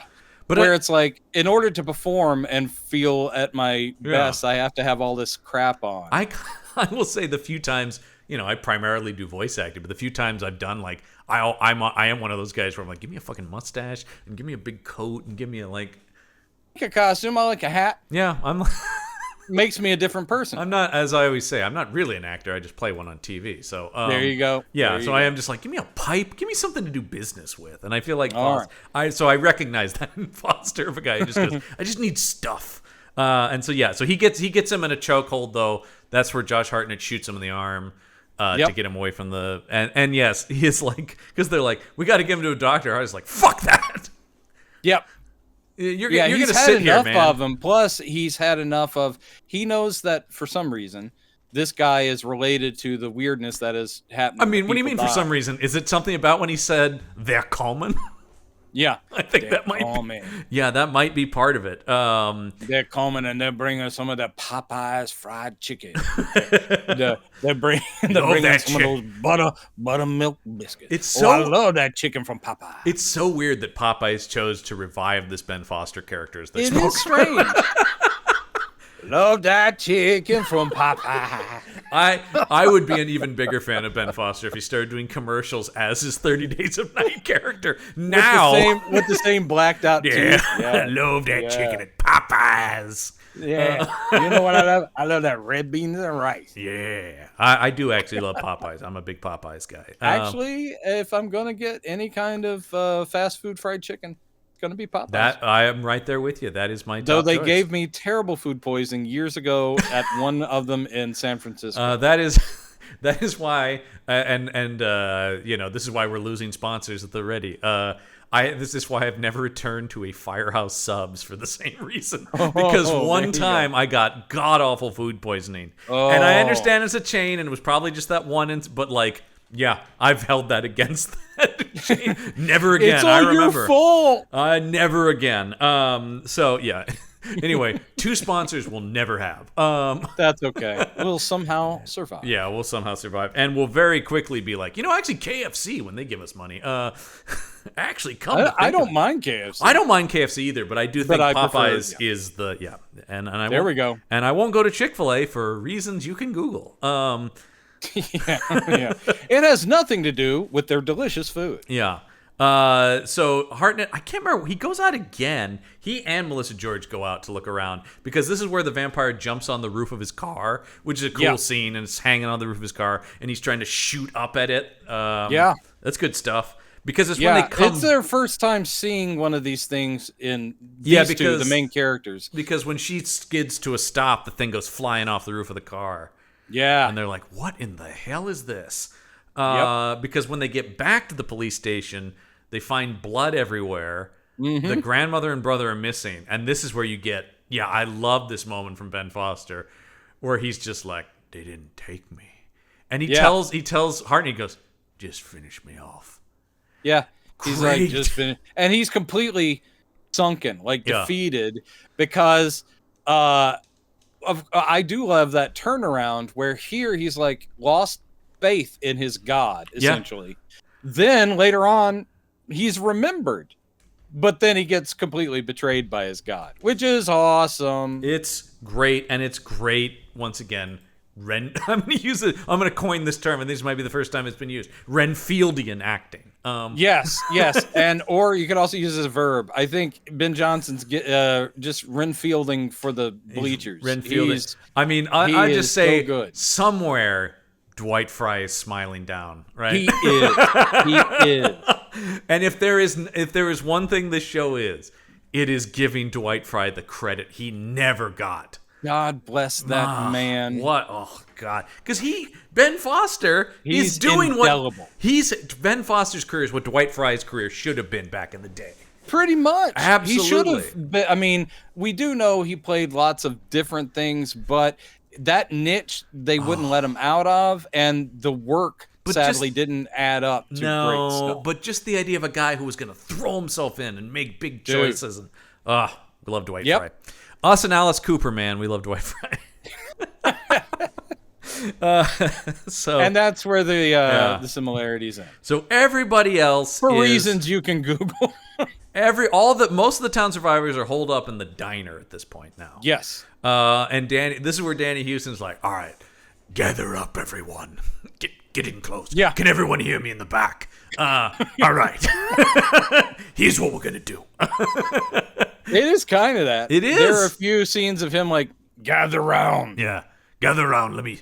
And you just, like I said, they don't fill in a lot, but I just love the idea of like, I don't know. I don't know that this guy is necessarily an elder or whatever. I think he might have just seized power by being like the talkative one. I don't know. Maybe Could be, but we also get the impression since he's like, we've worked on this for centuries. Yeah. Like, so he's been around for a while.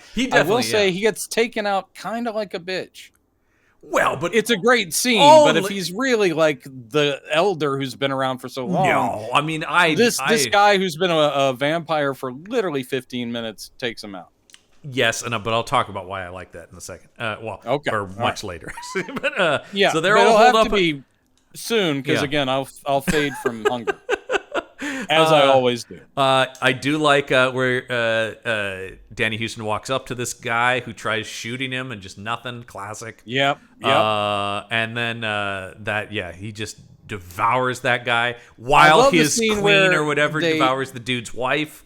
Right. When he invades the people's house. Yeah.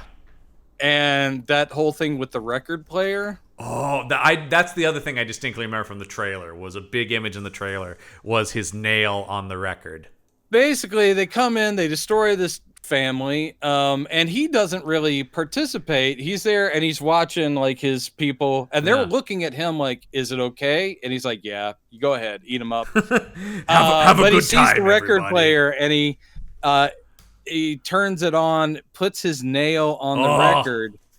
And then opens his mouth as if somehow this is amplifying him when he's like calling them or whatever. Boy, you want to talk about the coolest thing. That to me is the moment of, okay, Sam Raimi produced this movie, right? Like that's a total Raimi beat, which I love. Basically, as we talked about, the whole reason this movie exists is the quote from Sam Raimi was he just goes, "I read the comic and went, this is unlike other stuff that's being made in horror right now. This should be a movie." Yep. And yeah, man, you're dead on. Turns out he was right. Turns out that fucking nerd Sam Raimi is on to, once again. Turns out he kind of knows his shit. That's the thing where it's like, I don't even think he was scouring for movies. I think Sam Raimi's just reading horror comics somewhere going, this is super sweet. This is super sweet. Why haven't they done something with this? I do have I find it very interesting that Dark Horse is producing this movie because it's not a Dark Horse comic. It's an IDW it was IDW. Comic. Yeah, but somehow Mike Richardson ended up as a producer with Dark Horse. So they just talk about... Maybe it was divided rights. Mike Richardson... Maybe Mike Richardson's like, if you ever make a movie, I want the movie rights, but I'm not publishing they talked about he was one of the pieces that turned down the comic, but then when the movie started, he was like, I want to sign up and be an executive producer on that. And I'm sure Richardson, genius that he... I don't have a great affinity for Mike Richardson. I know you don't, but I will say he did some things very right. He did, because Dark Horse exists. And there's a lot of great stuff made at Dark Horse. I'm not bagging on Dark Horse as a company or the people who are some of the creators there, but I will say, and I know you worked for. I worked for Richardson, so I'll just say that and leave it there. Because I also I didn't quite hear that. What was that? I don't need the ire of Dark Horse on me. That's all I say. No, you don't. Yeah, but if you see me out at a convention, it's like me with Powell's books. Yeah, like Dark Horse is a great thing that you like, but there are people who run it. It is a thing. I was a massive Dark Horse guy, and then I worked for them. And while I still love a lot of the comics there definitely is like right. Yeah. I'm the same way with one of the greatest bookstores in the world. Oh, it's an amazing bookstore. Yeah. The people who run it, or some of them, can go take a flying leap. Yeah, when you get the thing that leads to when he's amplifying the sound is that great overhead shot of blood spraying all over the snow. It looks like news footage. It does. It's really great. Really good, and it's one of the coolest, most unsettling shots in the movie where you're just like, oh god, they're just massacring everyone. Yeah. Yeah, it is very well done. So now it's time, though. We got to figure out, okay, what are we going to do? We can't just stay in this diner for 30 days. And they go, we need to get power. Where's a place that might still have a generator? Well, this one guy's house has a boarded up attic. Has a hidden staircase to a hidden attic. Okay, and that might be something. Oh, well, the Frank family might still be up there. So we'll have to ask permission. Good Lord. Way to make very silly, fun massacre into something very dark and real. Sorry. But actually, anytime people are in a hidden attic, I can't not think of Anne course, Frank. because that's, yes. And by the way, that was inappropriate and dark. Yeah, I apologize to all people. Funny about the situation with the Frank family. Having said that, at least you didn't Bieber it. You remember that? Oh, was like? Yeah, I think if she had been around, she would have been a believer. Yep, he wrote that in the guest book or whatever when he visited there, and everybody's just like. But it's another thing where it's just like, are we surprised that guy's a fucking asshole? Not so much. Yeah, it sounds. But maybe if he gets one more tattoo, I'll take him to. Anyway. I love the evolution of the Kate McKinnon impression of him, where by the later ones, he's going like, yeah, I'm a man now. I'm not a little boy anymore, I'm a man now. It's like, yeah, that's always what I think of him whenever I see him now, which is rare. Yep. But all right. He is 43, so I guess he is a man. I mean, he could be 25 or 50 for all I know. Like, that's the thing there about that guy. And we don't need to worry about him ever. Okay, so yeah, so okay, let's see. So yeah, so they go there. They're I do like the vampires flipping over Josh Hartnett's police cruiser. Yeah. And this is where Mark Boone Jr. comes in with his big old snowplow, though, and starts mowing down vamps. Yeah, he does. And I'm here for it, man. This is one of those Siege movies where some of the disparate characters that we have been introduced to very briefly, but they'll be coming in and out. Like, for instance, we haven't seen the deputy for a while. We'll meet up with him in a bit, and it's going to be really sad. I mean, you do know right from the start that like no more than like two people are making it out of this movie, right? Like, right, that, exactly. There's no doubt in your mind. So yes, the antisocial dude is coming into town, and he will end up joining this group because there's strength in numbers. Well, and also, yeah, I agree. I don't care how antisocial you are. Yeah, you're gonna want to get with others if vampires are about, right? Yes. Like I'm not, especially these vampires. So while this is so they get everybody up in the attic. And I do like when Hartnett's brother's like, I saw them drink grandma, like they're vampires. And still Hartnett's going, you don't know that, all right? We don't know that. That's crazy talk. I do love the whole. It's obligatory in these movies. It's a classic resistance to the obvious thing. I don't know what it is all the freaking time. I don't know what it is, but it can't be vampires. That's silly. Yeah. And then they're like, well, they got those teeth and they drink blood. Yeah. And they seem to have turned off all of our lights and shit. But, they seem to absolutely unequivocally be vampires by every knowledge we have of vampires. But I understand your reluctance to accept. But Josh Hartnett's like, no way, man. I'm still a man of science. I don't care what I'm seeing out there. That'll go away in about 8 minutes. Yeah. Well, because Danny Houston, though, we get the last scene with Ben Foster, which is a great moment.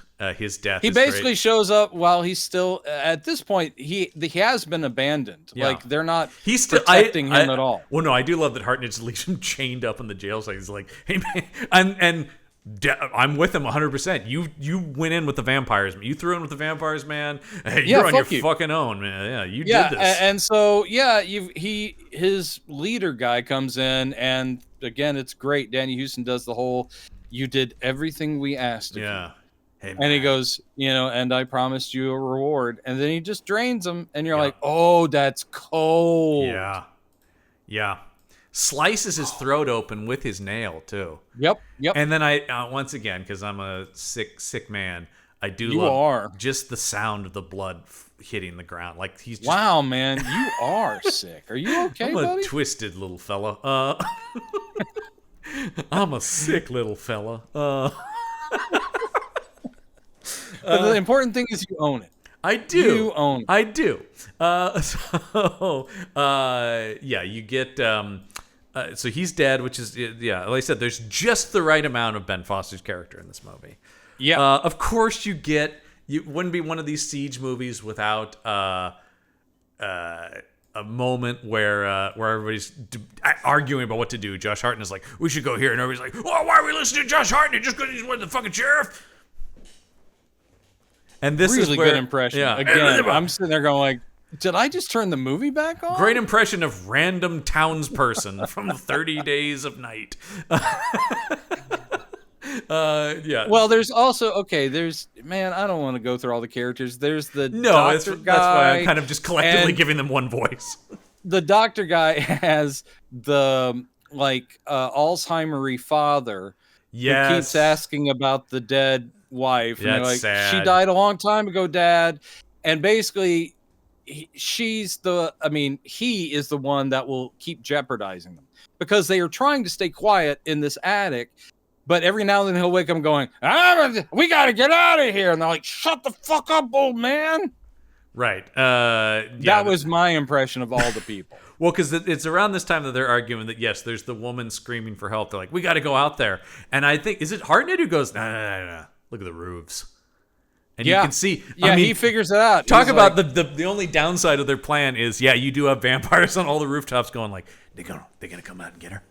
The whole thing is there's this teenage character that we saw like for half a second at the beginning of the movie. And she's all bloodied and she's wandering the streets crying out for help. Yeah. She's all alone. Apparently Josh's younger brother knows her. Yeah. He's like, it's blah, blah, blah. We have to go get her.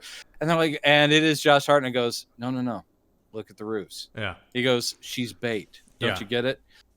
And one of them's like, I'm sorry, I can't. I have to go out and help or whatever. And of course dies. But whatever. I do like the moment when, which once again, this is where this movie does things a little better than a lot of these. When the vampire, when she comes to Danny Houston, she's like, I told you nobody's left. Like people really didn't come out for this. And he's like, oh yeah, I get it. You did good. You did as good as you could. And then all the vampires just in a circle and devour her. But just that moment, which you don't see in a lot of movies, where she goes like, I did what you asked, man. I tried, but I said. And he's just like, hey, shh, hey, that's okay. Fucking eat her now. It's just, Danny Houston, MVP of this movie to me. He is. He's so goddamn good with absolutely nothing. No, talk about an actor. I mean, not absolutely nothing. No, but like a thin sketch that he just fills with life. I mean, it's incredible. It's really, really and again, talk about a physical performance. This guy, and he's always had a great physicality in everything he's in, right? Like he bleeds power in this, and it's all about predatory stalking and all that stuff. It's all in his body language. It's almost like the Houston family is talented. I need more evidence of this. That's always the thing that gets me about the Nepo babies, right? It's just like, or maybe they've just been exposed to such quality work. It's all about case by case. Of course, because it's just like, you're going to tell me that Danny and Angelica Houston are fucking Nepo babies. Yeah, but John Wayne's kid and Clint Eastwood's kid, they're not terrible, but they're not... I think actually Scott Eastwood makes, Patrick Wayne makes Scott Eastwood look like the most compelling actor I've ever seen. Yeah, because that guy was dull. I will say, he was handsome though. Oh, same thing with Scott Eastwood. Very handsome. In fact, that's much more. But if anything, I think that's one of the problems with Scott Eastwood. He doesn't have what's interesting about his father. He's so handsome, where his father was kind of weird looking. Yeah, it was weathered when he was 24. Yeah, where it's just like, oh, here's what a conventionally handsome Clint would look like. Not as interested. Not as interested. Yeah. Plus, he just doesn't have that flinty look. He doesn't have the flinty look. No, he plays that it. Is what. But you know what? If you need army captain guy, you call Scott Eastwood. With no further naming than that. He could literally just play Army Isn't that Captain what he plays guy. In the Suicide not the Suicide Squad, but in Ayer's Suicide Squad? He is Army Captain guy who stands next to Rick Flag, which is a classic thing where you go like, Kinnaman's a leading man. That's a bland, handsome dude. Oh, Kinnaman. Love Joel Kinnaman. He needs to be a freaking superhero before he gets too old. Anyway, moving on. Rick Flag is close. He's adjacent. Yeah. Also check out Violent Night, or not Violent Night. That's just Silent Night, the John Woo Christmas movie. Oh yeah, still haven't seen it. It's super fun. All right. Okay, so all right, but whatever. I just want Okay, all right. Let's get to Hartnett actually kicking ass, because his first kill is where it's the guy under the house who now is a vampire comes after but Hartnett. who tricks him. Yeah, Some of these that are the locals who have been turned. Yeah, they do a little bit of the oh, help me! I've avoided them for like days because, by the way, we keep getting little updates. Yeah, I will say it is tricky. It was tricky watching the new season of True Detective for the same reason. When everything is at night, for 30 days a night, you have to have these little cards that come up and go. And day 10. And I will say, you don't. And it's not. I don't really know what the movie could have done more than it did that. You don't really feel you've been through 30 days. You don't. That's the thing. But I don't know that there would. I don't know what way you could have portrayed that, other than this movie does it with the cards. Other than hearing them say stuff like, "Wow, the food's getting scarce." Yeah. I think it's they're in the same location as they are, and it will always be. You can't do anything else where the sun comes up and gets. So it is tough. No, I mean also just like in the same location. They're in the same building for a lot of it. And they occasionally go out. You start to realize when you go like, Jesus, how long were they in that fucking attic for? Like, yeah, because when this guy lures him out, like, hey, it's me. I've been hiding under this building, and he goes, Jesus, it's like day 9. You've been under there for a week, or whatever. And then he's like, that's what I like though about they make Hartnett of somewhat where he starts putting in he goes, you've been under there for like 9 days. Well, that doesn't. Oh no. But he does pull him out. He does initially, let me get you to safety, and then it's pretty quick. Like, and he goes, man, how'd you survive? He goes, well, I'm awfully thirsty, and it's like, yeah, that's bad. But I love the way this happens because he tries to shoot him, of course, which does nothing, and then he's got the vampire's gonna kill him, but he gets tangled in the swing set in the yard, and that's when Hartnett busts out the axe. Hartnett gets crazy lucky because not only does the guy get trapped in a frozen swing set kind of thing, but Hartnett tripping backwards, his hand is very near an axe, probably wood chopping axe. I mean, it's and he's like, this is nice. It's very classic action or horror movie, like, weapon right next to me, yes, weapon right next to me, and he pulls it and he just cleaves this dude's God. Once again, the glorious gore of this movie. They don't skimp. No, and once again, I feel like that's a real Sam Raimi kind of influence on it too. In that Evil Dead way, he just fucking obliterates these vampires with the axe. It is not clean or simple. We are not doing a hammer staking. We are cutting vampires to pieces. There is one, I believe, where the head pretty much comes off in one swing. Yeah. I don't know where that is, but most of them, it is a thing where he gets them at a weird angle or something. So you'll have this guy, like, whack. It'll like 2 or 3 before the head comes up. The way that CW Deathstroke goes out is where the head is hanging there. Yeah. Manu Bennett, who played Deathstroke on Arrow and stuff like that, he's Billy, the kind of unstable guy. Sort of. Yeah, he's a little unstable. But he gets the cool tackling of the vampire and the crusher. That's true. Yeah. He goes out a hero. Yeah. Wait, isn't he the deputy guy who kills his wife and kids? Yes, that's late. Yeah, that's why. When I'm sorry. Because we haven't seen him in a while. Later. But by the time we see him, he's kind of twitchy because he had to kill his wife. Because he pulled a Tom Jane from The Mist. Yeah, it's like, I don't want them dying the way all those people are being killed, so he basically put them in bed and shot them in the head. But then his gun jammed when he tried to kill himself. Yeah, so in other words, he's a real happy story. Yeah, once again, it's a classic Jane and the Mist situation. Yeah, man, that ending, that's the biggest balls on that ending. Only when you have the clout of a Frank Darabont can you get somebody to sign off on that, right? That's I made even fucking Stephen Shawshank. King is like, damn, that's dark. Yeah. That's not how I ended it. No. Actually, we just did the over on IP Squad, and you've already heard it by the time you're in this, folks, if you listen to both shows. But we did. Did you see the 2019 Pet Cemetery by any chance? No, I know you did. I did, and I just watched it again for the podcast. Wow. Oh no, I really like the 2019 Pet Cemetery. What? But they talk about they do that. They go farther than King at the end of that, and that's one of the bleaker King endings. But that the makers of that movie wouldn't hold my beer on that, because Jesus Christ. Maybe that's all you can do if you're like adapting King is. Well, let's just try to darker than King. But no, you have to have made Shawshank Redemption to get the ending of The Mist through a studio. Powerful shit. Yeah, goddamn, amazing movie. Great Twilight Zone episode of a movie, really. Highly recommended. We're not going to be covering it on this podcast, but highly recommended. No, unfortunately not. But it's really good. All right, so. Let's see. I'm just trying hurry up. I'm getting hungry. No, that's where I'm trying to go. So they're gonna go get supplies because there's a blizzard incoming, and that will give them the cover of whiteout to go to the store and get supplies. And this is where you're contractually obligated once again when you're making a vampire invasion movie to have a creepy little vampire girl in it, right? It just you have to. Actually, I don't know if it's. I mean, that's definitely like I said, that is the most Night of the Living Dead-ish. Trope. Well, but a lot of vampire movies I should say do. Zombie movie as well also has. Yeah. You got a creepy little. I mean, it's the. But what is also mandatory is you do let's stock up on supplies in an empty store, and let's do it as a montage. Weird choice.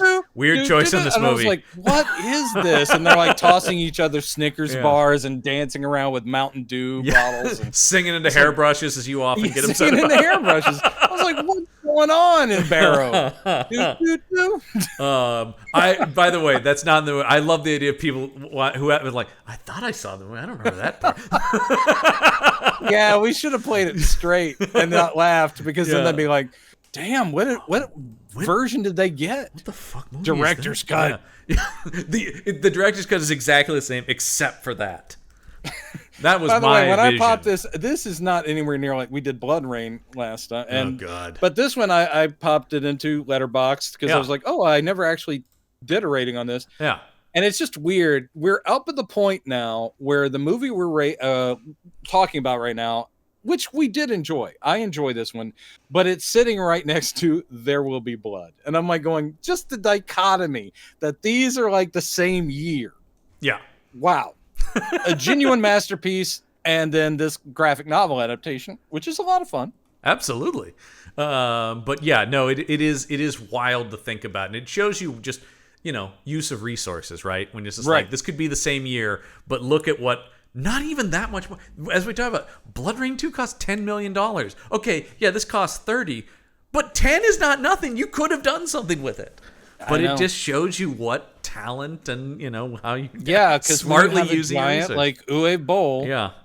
You're going to see all that. By the way, we're going to talk about Slade in more than a few episodes, but he did direct the third Twilight movie he gets off of this, which is a very strange jump to me. The 30 Days of Night to Twilight movie. I mean, I'm sure he got paid a fucking fortune.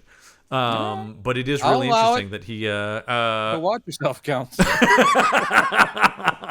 And I haven't watched Dark Harvest, which is the movie he just recently made. And I didn't know that was him behind it, but I saw the trailer pop up on like the streaming thing. Yeah. I hadn't even heard of it. Yeah. And I was sitting there going like, this could be goofy, but it looks like it might be mindless fun. But I don't know. I might check it out. With him directing, that definitely is like, I would, I was like, are they trying to launch a new like slasher character with this Sawtooth Jack or whatever the name of the character is? It could be. Maybe. I'll watch. But like I said, a lot of the horror movies, because as we know, much like this show, a lot of shit comes out in the horror genre. So if I can pin a director like this that I think is talent, I will. That's often what will get me to watch the movies. Yeah. Okay. Same thing with oh God, who did Dog Soldiers? That guy. I will watch that guy. Oh, why can't I think of that guy's name? I can't either, but that guy's great. My apologies, but he's another guy who, if he directs something, even though he has done stuff, but it is like, okay, that guy's got skill. I will go with that guy. Because there's a lot of sameness in horror movies. You'll at least give him a chance. Yeah, I mean, just follow up to Dog Soldiers was The Descent, which I know was too much even for you. I can't. But it was the caves more than the things for me. Because it's the caves more than the monsters on that one. Yeah. Yeah. I didn't even get to the monsters. The cave stuff, the claustrophobia of oh man, Yeah, I was like, I'm sorry, they are selling that it is too why well. it is such a great. I mean, talk about another, much like this, great fucking concept for a horror movie, man. Yeah, and then Yeah. you go, wait a minute, there's monsters? Isn't Yeah. this Cake on Cake? Yeah. Okay, so this which is going to moment, be the nname of my first album. Cake this on is where you do get the yeah, they said the vampire little girl. It's the brother who ends up killing this one. I don't want to play with anymore. Yeah. I want to play with you. And I'm like, okay, that's a little on the nose. It's horror movie. it's another thing that was definitely in the trailer, though. Once again, Yeah. like these are things that, yes, are sort of do feel like, if not actual studio mandates, are like, well, we gotta do that, right? Like, it's just sort of that thing Yeah. where and it's fine, and it's not a huge focus of the movie. So, but I do like the moment where it's the brother who kills her and is like, Yeah, because then that's the big, like, Josh Hartnett going, hey man, you Yeah. did good. I know that was hard. yeah. But you And then killed a child. Later, it's later. There's the moment when he's like, "Yeah, I can't send you out to do that because I saw how you reacted to that. You're not really." Once again, much like if Ben Foster's not vampire material, the brother's not vampire killer material. It's just not. But you know, in a pinch, he's there for you. He does take. When I like the way they killed. Here we go. Pull this clip, folks. I like the way they kill this little girl. Where all the people in the store hold her up against the wall, and the brother takes her head off with the axe. I like it because, with a couple of exceptions in this movie, they show every kill as being very difficult. Yes. And I mean, you are lucky if you have a big grinding machine that you can dump someone Well, into. yeah, that was just But circumstance. generally speaking, this is a vampiric little girl who's fully fed also. And so it is taking, you think the hero guy's going to take the axe to her, but instead they're barely able to hold her back. Three or four people. And they don't know what to do because they're like, if we let go of her, even one of us, that arm will be free or whatever. So they're trapped holding her to the wall. And it's the guy behind them going like, oh, okay. Yeah. Whack. And it's not a single, you're done. It's like, I got to go again. Whack. Yeah. And you're like, okay, this is harsh. There's That's harsh. a visceral like weight to everything. Yeah, when an axe goes into somebody, it's going into a body. It's not just the clean cut that we're used to in like zombie movies and stuff. It is like when they find the whatever, the like truck driver guy who's the nice indigenous guy, and they find out he turned. Yeah. And he is still himself, and he's like going, oh, I was bit a while ago, and it's not going to be good. Oh, by the way, a guy who's been like a small part of the movie, and then like it is like, ladies and gentlemen, this actor. It is pretty much him going like, for your consideration. And it's great where he just go like, but it is delivered monologue. really well. And then he delivers a monologue about this picture's all I have left of my family. Yeah. And even before this happened, you wondered why I was sticking around the town. He's like, I got nothing. And now they've turned me into this thing. But I do find this really awesome in context, and it's well done, where he basically looks at Josh Hartnett like, you have to take me out. And the way they do it is he just goes into like a bedroom. Josh Hartnett follows, closes the door. So this is the one we don't see at all. Yeah. There are the other people are in the next room with us. And what you just hear is you hear whack, and you hear this like because he's not quite dead yet, and you hear another like and then a third one, and then you hear the head hit the floor, and I'm like, damn, that was and it's another great moment from Hartnett, the look on his face when he comes out of there. Oh yeah, where he's completely haunted. It's devastating. That's the thing. Hartnett is in that movie star vein, but he knows how to act for the camera. Oh, he does. That's it exactly. And of course he's very handsome, but that's not I know, let's say ladies and gentlemen, this podcast was John's desperate attempt to reach out to Josh Hartnett and ask for his hand in marriage. No, I don't have anywhere near the love of Josh, if you're out there and you can hear me, I could make you very happy.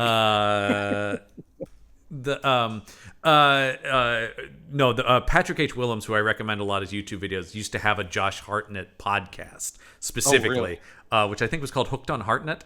Oh boy, yeah, that's like no, I think it was I think one where it was like that. I think it was called We Heart Hartnett, if I remember correctly. Oh, that makes perfect sense. And then they did a sequel because they watched all of Hartnett's movies, and then they did Can't Get Enough of Keanu. That's the one you have subscribed. Well, I will say I did listen. I listened to some of We Heart Hartnett, but I did listen to all of Can't Get Enough of Keanu. Yep, I knew it. Because Keanu's the best. Keanu could have done this. I'm just saying. I think he could have. Yeah. There's a great action hero in that guy, as we know. So there is in Hartnett. That's the thing where it's always like talking about he felt like a superhero. It's always like, this guy is just made to be a leading man, but I think maybe was weirdly like too interesting an actor for Hollywood to just turn into. Because you remember when Pearl Harbor came out, they really tried to sell that as the two hunks, Affleck, Hartnett. And it was actually the three, because you also had Cuba, and he was coming off his big Oscar win, and Cuba and John Voight, no, as FDR, the four hunks, and then Beckinsale, but they really weren't trying to sell it to the fellows. It was take your girlfriend. This is a date movie. That movie sucked. I'm sorry, I'm just going to say it. It sucked. I kind of like Pearl Harbor, but oh dear. Because of its historical accuracy. All right, moving on. I just like it for that shot where the camera follows the bomb down onto the ship. Sure, that's a great shot. Cool as hell. And knowing Michael Bay, I heard him actually say, he goes, that was the starting place of the movie. It's like, of course it was, Michael Bay. I had that image, rest of the movie built around it. Like, yeah, that makes sense. Sometimes it's not a great way to make a movie, but I don't think it's not one of my favorite Bays by any stretch of the imagination. Favorite Bays. Yeah. Okay. So Melissa George now has the. Oh well, you want to. Yeah. Never mind. I go on the next 3 hours about The Rock. Melissa George is the one who comes up with the wait a minute, because earlier they did this is also very screenplay math, but I like it. Earlier the grandmother was not only smoking weed but was growing it. She goes, wait, if she has UV lamps there to grow the marijuana, we can use that to kill the vampire. Because finally it is completely Josh Hartnett going, oh, they are vampires. So let's hope the whole reason they're here is because of the darkness. So they are sensitive to sunlight. It's another thing I love in the screenplay, right? It's a really great moment where they just go like, are we really counting on just what we've heard in stories about vampires? And Hartnett is the one who goes, we've got to just hope that's right. Look, we've got we'll take the fucking urban legend because that's better than nothing. Like, we got to do something.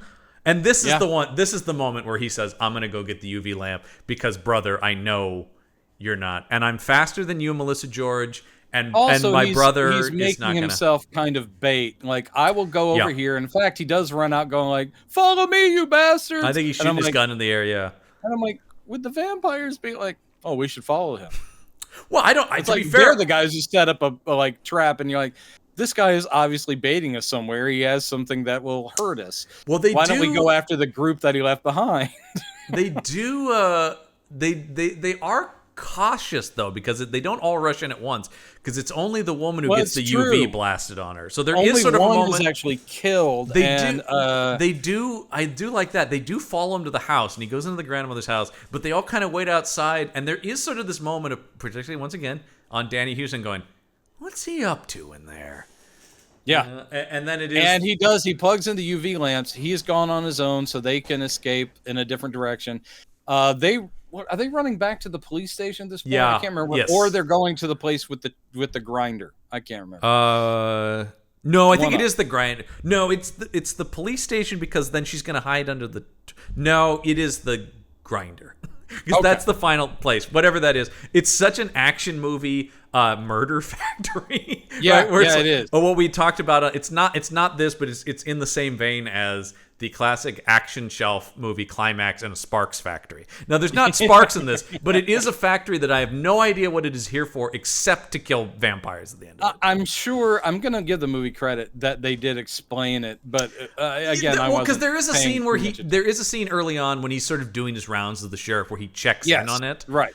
And I don't remember offhand what they say it's for, but it's such I only see these like in action movies where you just have like an industrial crusher for rocks.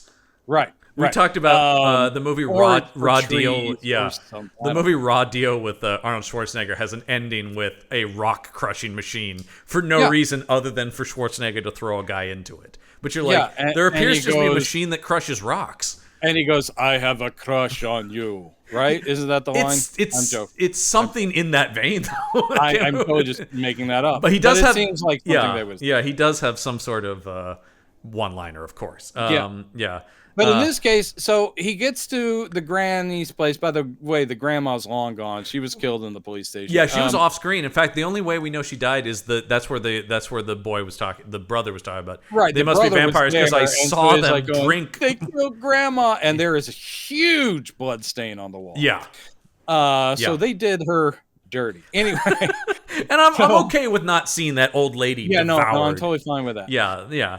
But essentially, he sets up the UV lights, and just basically they open the door, and it's his lady love, Danny Houston's girlfriend. It's the lady. She gets burned and backs and drops away. Another guy gets kind of burned, but not. But I love is that she doesn't die. She's just there, and half of her face is burned. She's like in the snow. And then Danny Houston gets another line that's pretty badass, where he goes, that which can be broken must be broken or something like that. So basically she knows what's coming. He leans down, he drains her, he kills his own bride because she's of no use. And I guess these vampires don't heal is the thing. Like you're thinking like maybe if she got some blood she would heal back. They do obviously they like things like bullets don't seem to bother them. It seems like if they get hurt like that's permanent. Apparently because he's like you're done. You're done. But I do like that. I love the way she lights on fire and goes flying out the door there. Yep. And then they do. But then once again, the vampires are smart. What do? They kill the power at the place then. But Josh Hartnett, they're letting him be a smart hero because he's actually on the radio to the other folks. And he goes, it did work. He goes, but they're about to cut the power. Like he knows. Right, yeah. He goes, I got one. Yeah. And that's about it. I got to get out of here. It's a one-off. It's a one-off, folks. Another line I love. Like meet me at the grinder. Yeah, everyone meet me at the grinder. But of course, oh no, the vampires are going to be on them. And literally, he does have the liner. Mark Boone Jr. goes like, "Well, it's my turn." Yep. And this is where, he's going to run his snowplow into this. I don't know what it is, like a storefront of some kind, right? It is. Well, I'm not sure if his goal was to run into that thing, but he's going to make his last. He's ready for it though because he's doing his box of flares and stuff. He brought the box of dynamite and flares. My favorite part of this, the best, is when he's driving through the street, running vampires down with the tree chopper. While holding a shotgun out the window. I know. And apparently is a badass shot. So whatever his background, when he said like, I can kill anything, you're like, wow. They set it up, they paid it off. Because he is picking them off. Yeah. He is chewing them up. Yeah. Because they're not dying, but they are like taking the blast to the face. Yeah, with the gun, but the tree chopper is doing a good job. But my favorite beat of this is the vampire who jumps onto the back of it, and there's a fucking bear trap that catches the guy's legs. Yes. So now he's dragging one of the vampires. He actually set up a trap on the back of this thing because he knew that they would run up on the back. That is the kind of thing I love, where it's just like that is so insane and so comic booky, and I love it so much. It is. Now, of course, but at least he knew going in. He goes, this is one of those one-way trip. Yeah. Because he knew that eventually this thing does move slow. Yeah. There are a lot of vampires. He's like, I will take care of some of them. Yeah. And he does crash the thing into the storefront. He is just buying them time because he's also distracting everybody to go to the crusher factory. Yes, that's the thing.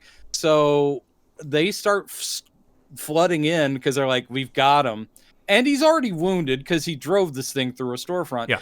But he pulls down this crate that he brought with him, opens it up, and it's full of like dynamite sticks and flares. Yeah. And he pulls a flare, and it's one of those like, here they come. He lights it, and you're like going, oh, it looks like they're going to get him before he's able to set it off. But he does drop it as he's being tackled. Oh, and it's a great grand It's fireball. a great explosion. You see they show his body flying back, engulfed in flame. Yeah. And then somehow he's out on the street, burned but still alive, and they come for him. And I think maybe he gets another one, something. Maybe he does. Yeah, and they also do the point where he's like out of ammo, but he's dying and still trying to fucking load the thing again. Yeah. They get him. They don't just get him. Danny Houston crushes his head under his foot. Oh, yeah. Yeah. Got to get a head badass. Stomp in while we're at it. That's Which I like where it's like, badass. it's not even, I'm not even going to drink this guy. This guy just had to fucking die. Yeah, he's pissed off because he probably did take out, let's say, 8, 9 of the vampires. It's unclear how many vampires there are exactly. Upwards of you never really 30 to 40 maybe? at the beginning? Yeah, something like that. Yeah, something in there. So anyway, all right. So now we're all back at the crushing factory. Yep. Well, they picked up Manu Bennett, who we talked about with his family, and so he's all shaken up, of course. And everybody gets there except Melissa George. That's key. Oh yeah. Another she found a bloody little girl. Yeah. Who was not a vampire and also wasn't bait. Somehow this little girl has escaped the vampires. She's kind of the Newt of Barrow, if you will. She is the Newt of Barrow, and Melissa George gets her, and she's trying to get messed up deputy. Yeah. So it's a party of 3. Yeah. When they get to the Crusher place, messed up deputy shows up, but not Melissa George or the little girl. Right. So Josh Hartnett's like, "Where is she?" Yeah. And he keeps getting on the radio, going, "Stella, it's me. Yeah. Just let me know where you are." Da, da, da, da. So she may be dead. We don't know. Yeah. Later we'll discover she's under a truck. Yep. With the little girl. But this is also where Danny Houston's going like, all right, look, we got to kill everybody. Does the little girl survive? Yeah. I know how most of these people die, but I can't remember the little girl dying. No, she survives. Because it is at the end basically just Melissa George and I guess a couple of these. Yeah, and maybe the brother. The brother and the little girl. I think it's Melissa George, the brother, and the little girl. I think are the only survivors. Yeah, I think you're right. Yeah. They saved the cat. Sure. And unlike fucking Alien 3, I don't think Dark Day starts with this little girl just being killed off screen. Maybe not. Still mad about that. Yeah, me too. Yeah, that is bullshit. I've heard every explanation of why they did that, and none of them are good. It just seems like you didn't want to pick up pieces that had been laid out. You just wanted to do your own. Folks, damn do yourselves thing. a favor and go get the Dark Horse published the comic of William Gibson's draft of Alien 3. I haven't read it. Is it good? It's really good.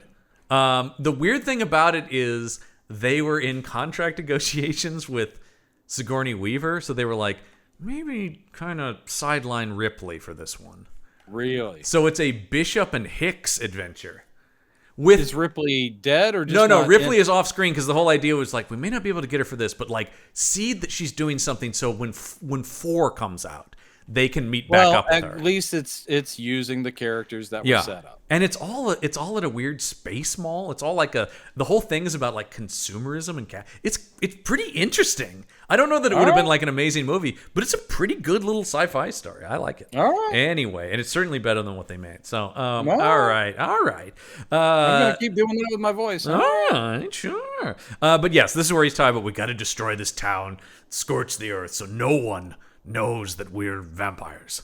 Yeah, so basically it's like by the way, at this point it's literally maybe it's got to be like before. It's got to be day 29, yeah, for sure. It's like day 29 or something. Yeah. So he's like, I guess we've eaten everybody, but he's like, we got to wrap. This is his speech about we got to wrap things up. We got to wrap it up. Yeah. And there's only like 5 of them left, so we're gonna storm that place, and we'll also set everything on fire. We're gonna make it to where they don't know it was a bunch of vampires. There's this one vampire that's in the factory who's the one who get tagged into the ground. He was just there already, right? Because Danny Houston didn't send one guy to the crushing factory, did he? Unclear. I think it's unclear. But isn't this the guy with the sort of fancy Dan, long black stringy hair? Yeah.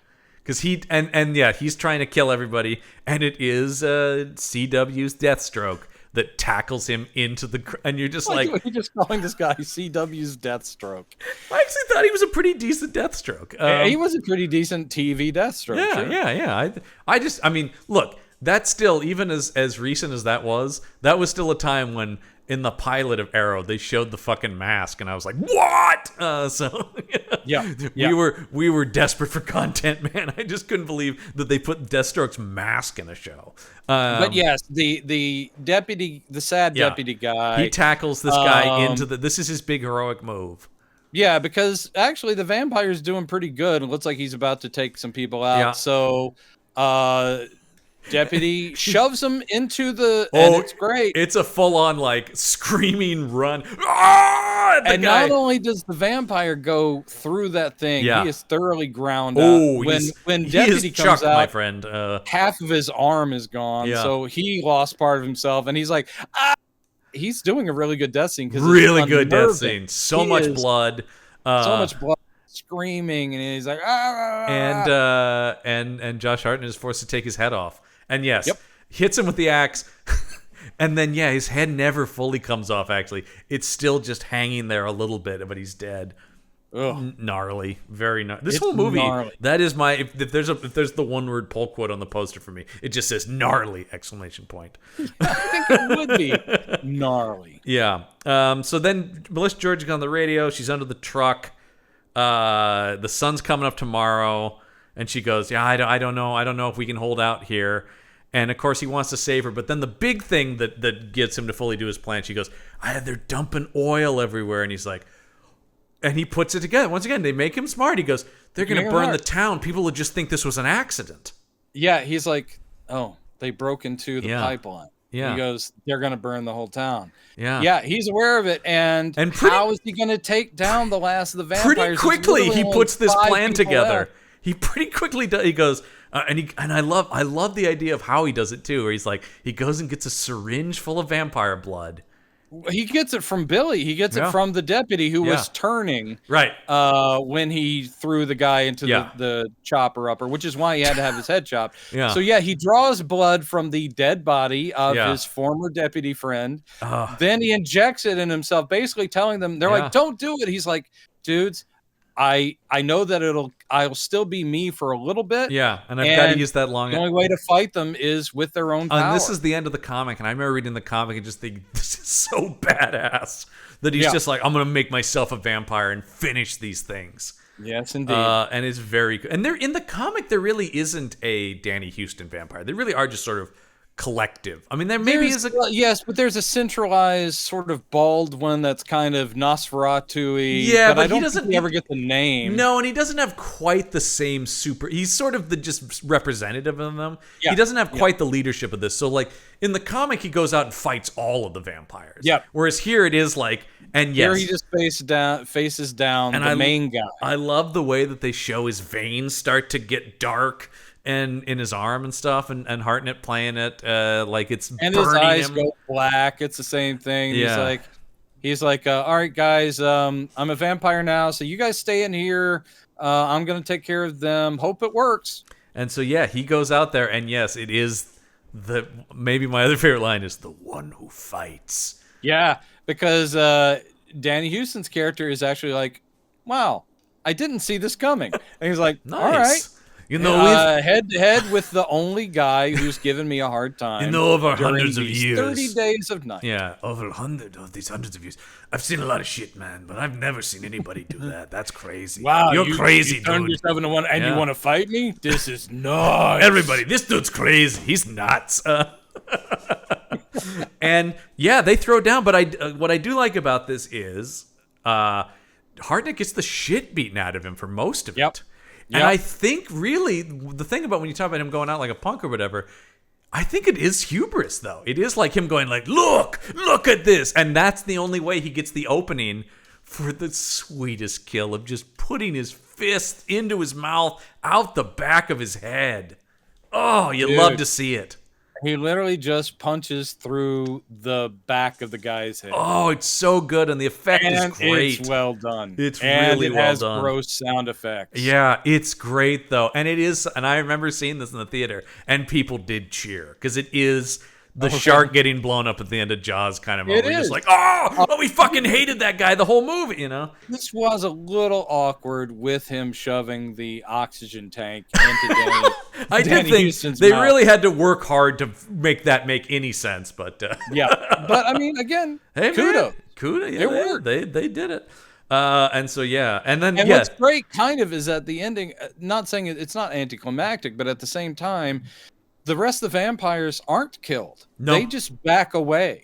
they just start. This is the game recognized game always over. They're just like, okay, we're gonna There's go that, now. but also they probably also realize The sun's they coming have up. maybe 3 hours. Even left. if they So it's can like, kill this guy, it's gonna be like a protracted fight. yeah, and, they're you like, know, we got to yeah. get back to that hussed out. You know ship. what? Yeah, we actually have a train to catch right now, so See, we've got to go. Time is And what then I'm it has a indicating. real Blade 2 ending. It does. Or is and it Blade 1? no, Or it's is it Blade Blade 2. It's Blade 2, where Blade he 2, where he yeah. holds the vampire princess or whatever. Basically, Melissa George and this is how the comic Joshua ends, too. Hartnett had been leaning on each other through the whole thing Yeah. and getting closer. They could have worked it out, but here, unfortunately, he has made the final sacrifice. She does So you say when she's under the truck and thinks she's going to die over the radio, she does say to him, "I was a mistake to leave you. I do love you." And so Yeah. that's another sort of impetus for him to then sacrifice himself. Is like, well, this woman is the love of my life or whatever. Like, yeah. So basically, the ending, which is bittersweet, is she's hugging him. They're sitting on a rock, watching the sun comes up. He starts to burn. It actually works better than the Blade ending, which I like, but that we talked about in that movie. Well, also, I never that was fully a bought shoehorned in. Yeah, I never fully relationship. bought that relationship. Yeah. It is just like, well, we need a romance for Blade, which is interesting in concept, but Yeah. Well, Yeah, but again, here they just really didn't works. give it any time or And- space. another great effect. Him burning is a great effect, I think. Oh, the makeup is The makeup is awesome. great, and the way that the ashes are just going off. And Yep. It's haunting. And it's kind of again- beautiful in a way. Like it's Again, instead of him stoically dying when it first starts happening, it's like she's holding someone who is going through like painful seizures, yeah, because it's not like blissfully like I close my eyes and I melt away. Instead, he's like like he's struggling as he's burning, Yeah. and she's just holding him, and then Yeah. he does kind of go limp, as in he's gone. yeah. But she keeps holding him as he's just flaking away. I'm in so ash. because this is the end of the comic. I'm glad I could see a studio going, "No, come on, man, he's got to I bet- live." I bet they fought. Yeah. I bet there was a thing where they're like, no, he does not survive. But- no, he dies at the end. But because also that's the thing where it's like it is sad that he dies, but he gets such a heroic, badass sacrifice. Like it's still it's earned. Like I said, You- I always you- love the end of the comic for this too, and that the movie just kind of stops here. We don't get like a denouement of her going, "But I will trudge on," or whatever. Right. Because that would take us into the sequel, which is, from what I gather, I think it is called Dark Days. For those who've read the comic, the second comic does pick up with her going back to continental America. I think she's in LA, if I remember correctly, and meeting up with a gang of vampire hunters. I like the sequels, but they are definitely more traditional. I haven't seen them. The comics, I mean. Oh, the comics. Yeah. No, I never read them. I've only read yeah. the classic 30 Days. Yeah, of Night. the sequel Dark Days has her. I think she goes to LA. But isn't Dark Days also the name of the video sequel? Yes, that's what I'm saying. I think the video sequel So is are they- adapting the second volume of the comic. Is it still Melissa George's character? Yes, Oh, but not her. correct.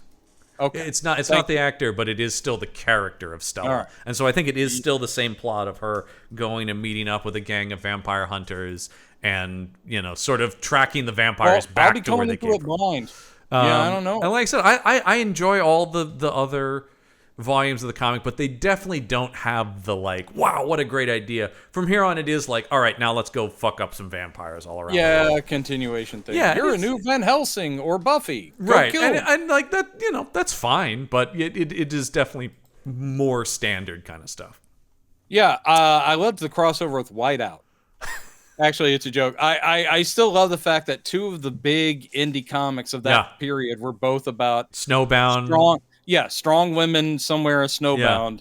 And I couldn't help but think of that when I watched this season of True Detective. It's a great aesthetic. Hey. I mean, one of my favorite movies of all time is Fargo, right? Which is that very much so as well. I do always love a snow setting. I love a snowy setting. It's such a great aesthetic for a movie or a show or a comic. You still don't have an HD TV. You literally like bad reception. I just it makes every movie and TV show a snowy set. Look at this. It's great. Yeah, but I love All right, John, tell us what we're watching next week, and then I'm going to go get a sandwich from Subway. Yay. Subway. Eat fresh. They are. Today's episode sponsored by Subway. Subway. They said we had a pedophile as our sponsor. How about two nerds talking about horror movies? That'll be safe. All right. Next week, is it going to be a good one? Ooh, a movie. Okay, this is a movie I remember seeing, but remember almost nothing about. It is a little feature film called Rise: Blood Hunter. Oh, wait, is this Lucy Liu? This is Lucy Liu and Michael Chiklis. I never watched it, but I remember it coming out. I remember renting this movie because, and I will talk about it extensively there, love Chiklis. Huge Chiklis fan. I like chiclets, but if I'm going to have gum, I want to go for like a full piece. Yeah. Actually, really good cast. Lucy Liu, Michael Chiklis. Ooh, one of my... I do like Lucy Liu, but I got to say, I'm not looking at her when Carla Gugino is on the screen. Holy Because mackerel. I love Carla Gugino. And then, also... Do you mean national... No, sorry. International treasure. God damn. One of the greatest. And talk about someone that has never gotten the thing. Oh, no. Well, I will say, the fact that she didn't get every single award for Follow the House of Usher, I thought she was amazing in. She was incredible amazing in. And the fact that we didn't get 5 seasons of Karen Sisko. That will come up again next week, I'm sure, because we always talk about that. Talk about the best goddamn casting decision. I like a J-Lo because that movie's awesome, but if I want to watch a weekly Karen Sisko, I want me some Carla Gugino. And can I say, here's the other great thing about Rise Blood Hunter on that same note. Reteams Gugino and Forrester is also in Rise Blood Hunter. And Forrester... How could this not be the best movie ever made? I remember seeing it, and in my memory, I think it's all right. I don't, but I don't remember much of it. I do know it is like very lurid. It's very R-rated. This is Ceci? I think it's kind of Ceci, but in like a Clive Barkery sort of like it shouldn't disturbing. Ceci mixed with gory. Also, oh god, this cast is really good. You got Holt McCallany, who I love, and Mako's in it. Really? Yeah. So is he?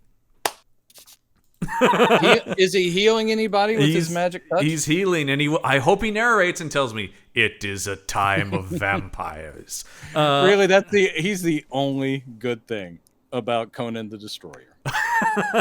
Well, he is the only good thing about a lot of stuff. I will say that is a guy who I love me some. That is a guy who was great in everything. Anyway, so I have seen this movie, but I might as well not have. So we're back to vampires. We're back to vampires. Run. We've got. It's sexy vampire hunter Lucy Liu. I'm not hating it.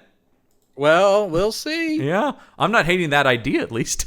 No, I'm not either. We'll have to wait. And it's directed by Sebastian Gutierrez, which makes sense because he's married to Carla Gugino, and she's in all of his movies. So, yeah, I didn't know that. Yeah. So he's a very lucky man, is what you're saying. And moving on, he's an extremely lucky man. Yes, he is. But yeah, they've done a number of movies together. So that'll be next week on the show. But that's going to do it for this week's episode of Campbell and Jones Meet the Monsters. I'm John Campbell. What do I say on this show? I do too many podcasts.